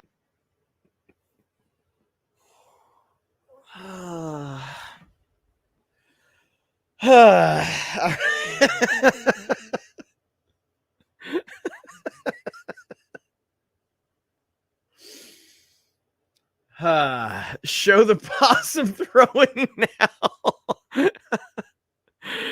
Eric K says, if you show the Chris's Orange Ugandan picture, you must show the possum chucking video. Can zoo goers when seeing an orangutan or Orangutan bobs, I'd buy that for $1. Hayden says, I agree with Eric K. Show possum video now. Coalee says, can I get a refund for all of my super chats just because of that photo? Why are people still watching this? Why are people still here? D-Day Direwolf with the laughing emoji. Hayden says, show possum. Jed, you want to pull that video up so we can we can share the possum throwing? Chris is not going to be happy. Krista, the chat requested it, Krista. I can't do anything about it. It's out of my control, Krista. So now we have to see the possum throwing. You did this. Metalhead says, good Lord, it's longer than mine. Holy crap. All right. Tell me when you have it, Jed, or you just pop in here whenever you have it. So Krista did this. She deserves it after bringing that hell to. It's in the private chat. Oh, okay. All right. Eric K did this. All right. Let's see. Let me find it. It's got an ad on it because it's a stupid Washington Post. Stupid video. Fuck the New World Order for $10 on Rumble, says 10 for teats. Now do booberts. Thank you for support on Rumble. That's pretty good. Yeah, this video. Okay, here. All right. Damn. Oh my gosh. He's just in the air. Wonder what was going through his mind.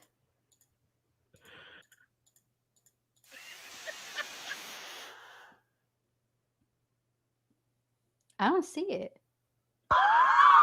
Oh my gosh. Ew, look at it! Ew!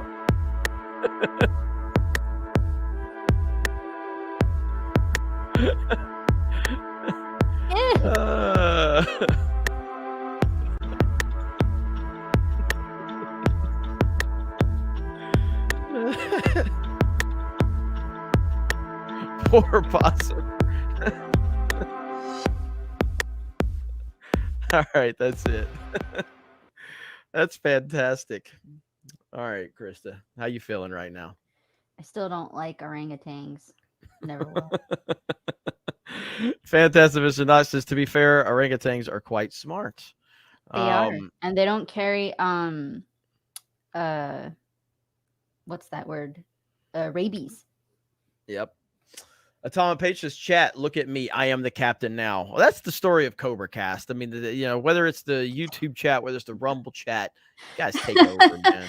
Shaka Zulu says, "You long TD monster." That's what I would have yelled if I saw that. I see myself out. Fictagious Dave Savage says Mark Hamill be sucking milk from those TDs. Dragzilla, have you heard about Palm Springs AIDS Memorial? There's a giant bunghole balloon monolith in display. The locals are outraged, of course. I have not heard about this. What? I have not heard about this. Archer Blades, do you still support LSDT? I mean LBBC, Psi, LDJ T199 plus. Thank you. Of course, Donald J. Trump 199. That's what's up right there. The John Beck over on Rumble. Maybe the possum bit one of the long TD nipples. That's pretty funny. And we're at that point, ladies and gentlemen. This has been a hell of a CobraCast. We've kind of covered a lot of ground. I didn't really expect this to go in all the directions we went in. I wasn't expecting the Breeds to show up. I also wasn't expecting them to get destroyed like they were. But it happened.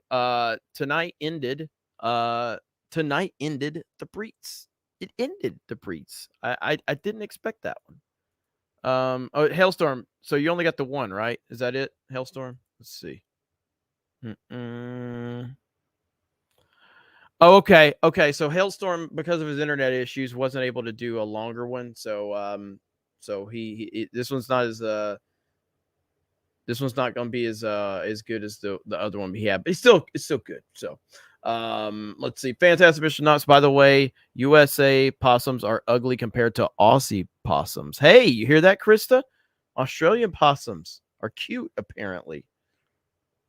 All right, here we go. All right, it is that time of the night, ladies and gentlemen, boys and girls, children of all ages. CobraCast 199 is proud to present to you tonight's Beard of Shame. Yeah, fuck you. Heartfelt.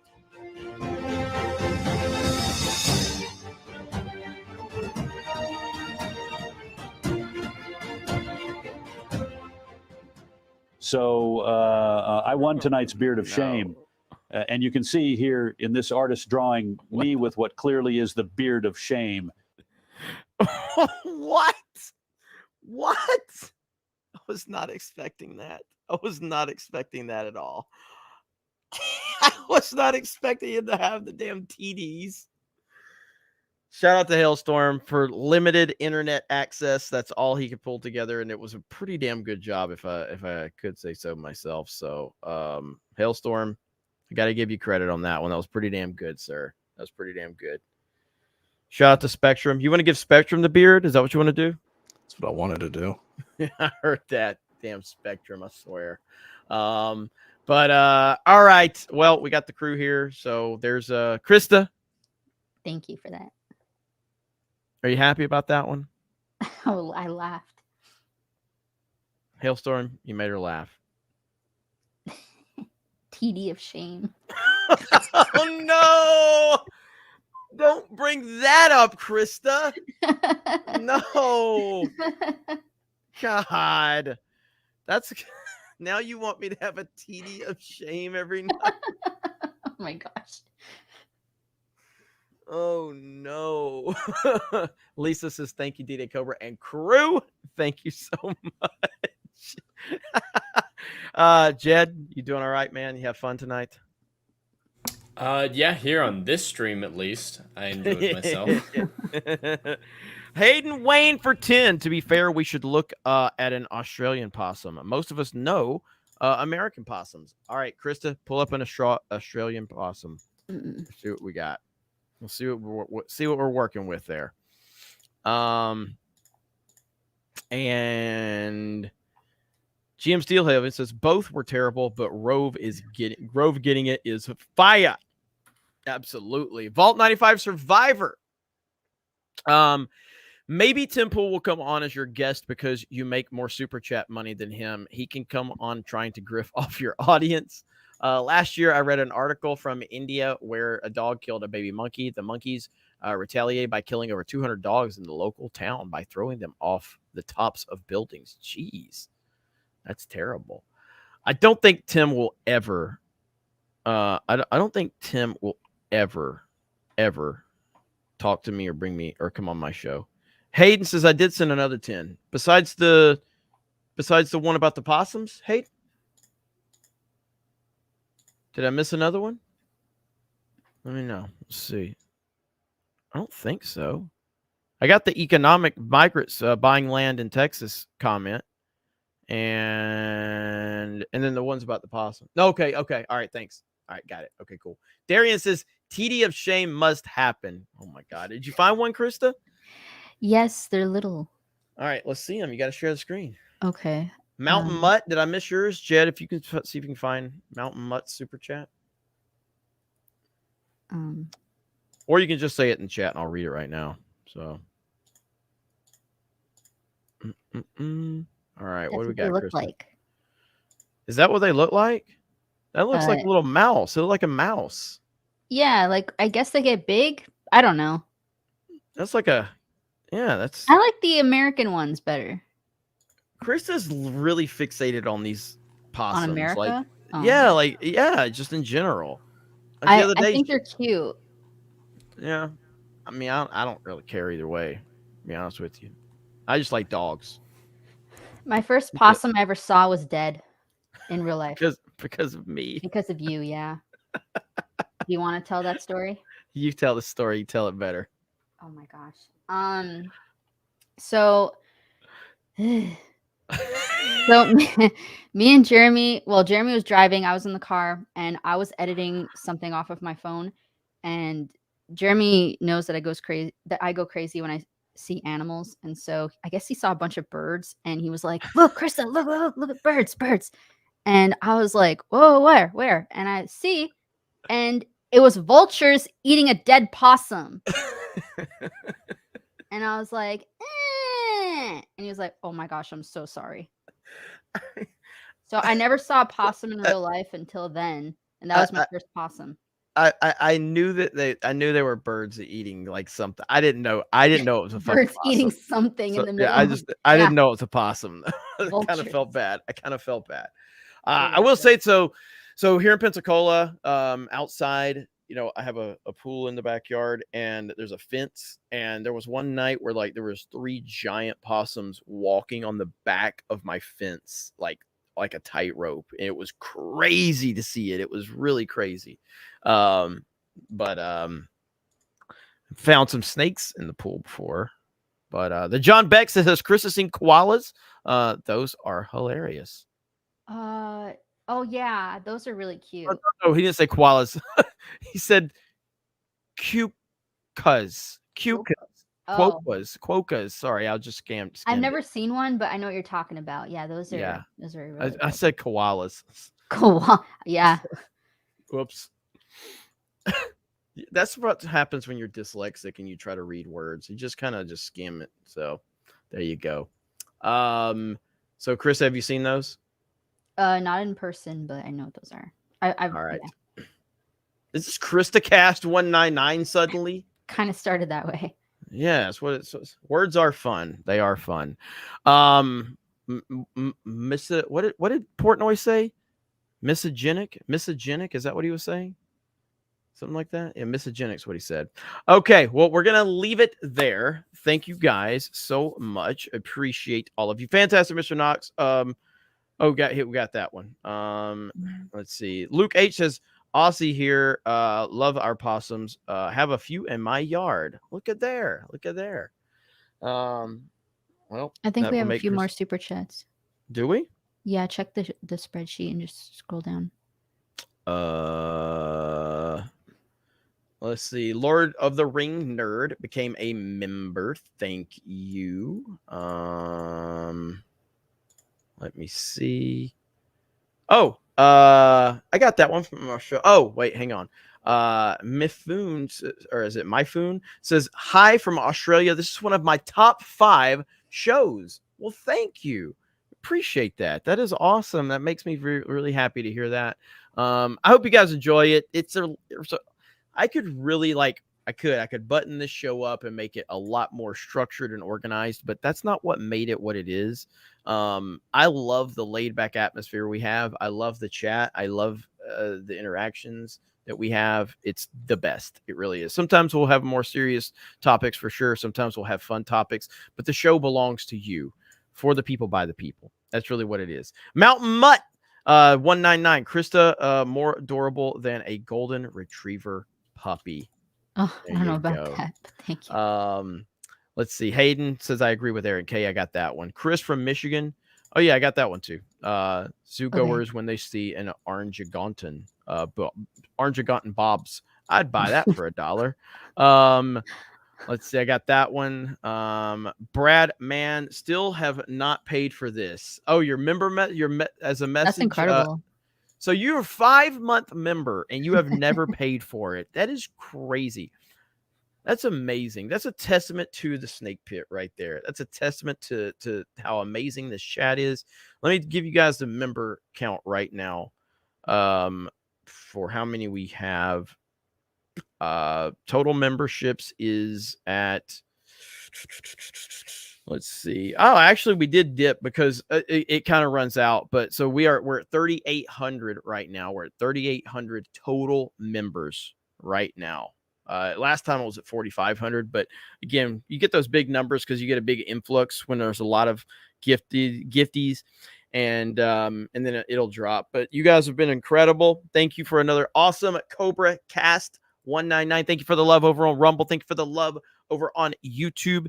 I appreciate each and every one of you. We got Doc Holiday says possums are nasty, dirty, flea infested critters. Woo! He chose violence on that one. It's not wrong. Sounds like you like Orange Gontin, Petey. All right, guys. Thank you so much. Holly Carp says, great show. Thank you. You guys are the best. No gaming tonight. I've got a long day tomorrow. I've got some family stuff that I'll be doing here in Pensacola. So look at that. Tom McD says 6 months. And always from a gifty. Look at that. Thank you, Hayden. Get some rest, brother. Appreciate you. Black Tailgate says, hail gifted memberships. Absolutely. Best chat on the internet. So thank you guys so much. I appreciate it. I will leave you all with some Sabaton like we normally do, just for the hell of it. So I'll get everybody out here. Shout out to Eric, too. Forgot to bring him in. Shout out to Eric. Appreciate you, brother. Hey. So Chat's the MVP. Yep. Always. As always. All right. Thanks, Eric. All right, guys. Have a good night, and we will talk to you later. Bye, everyone.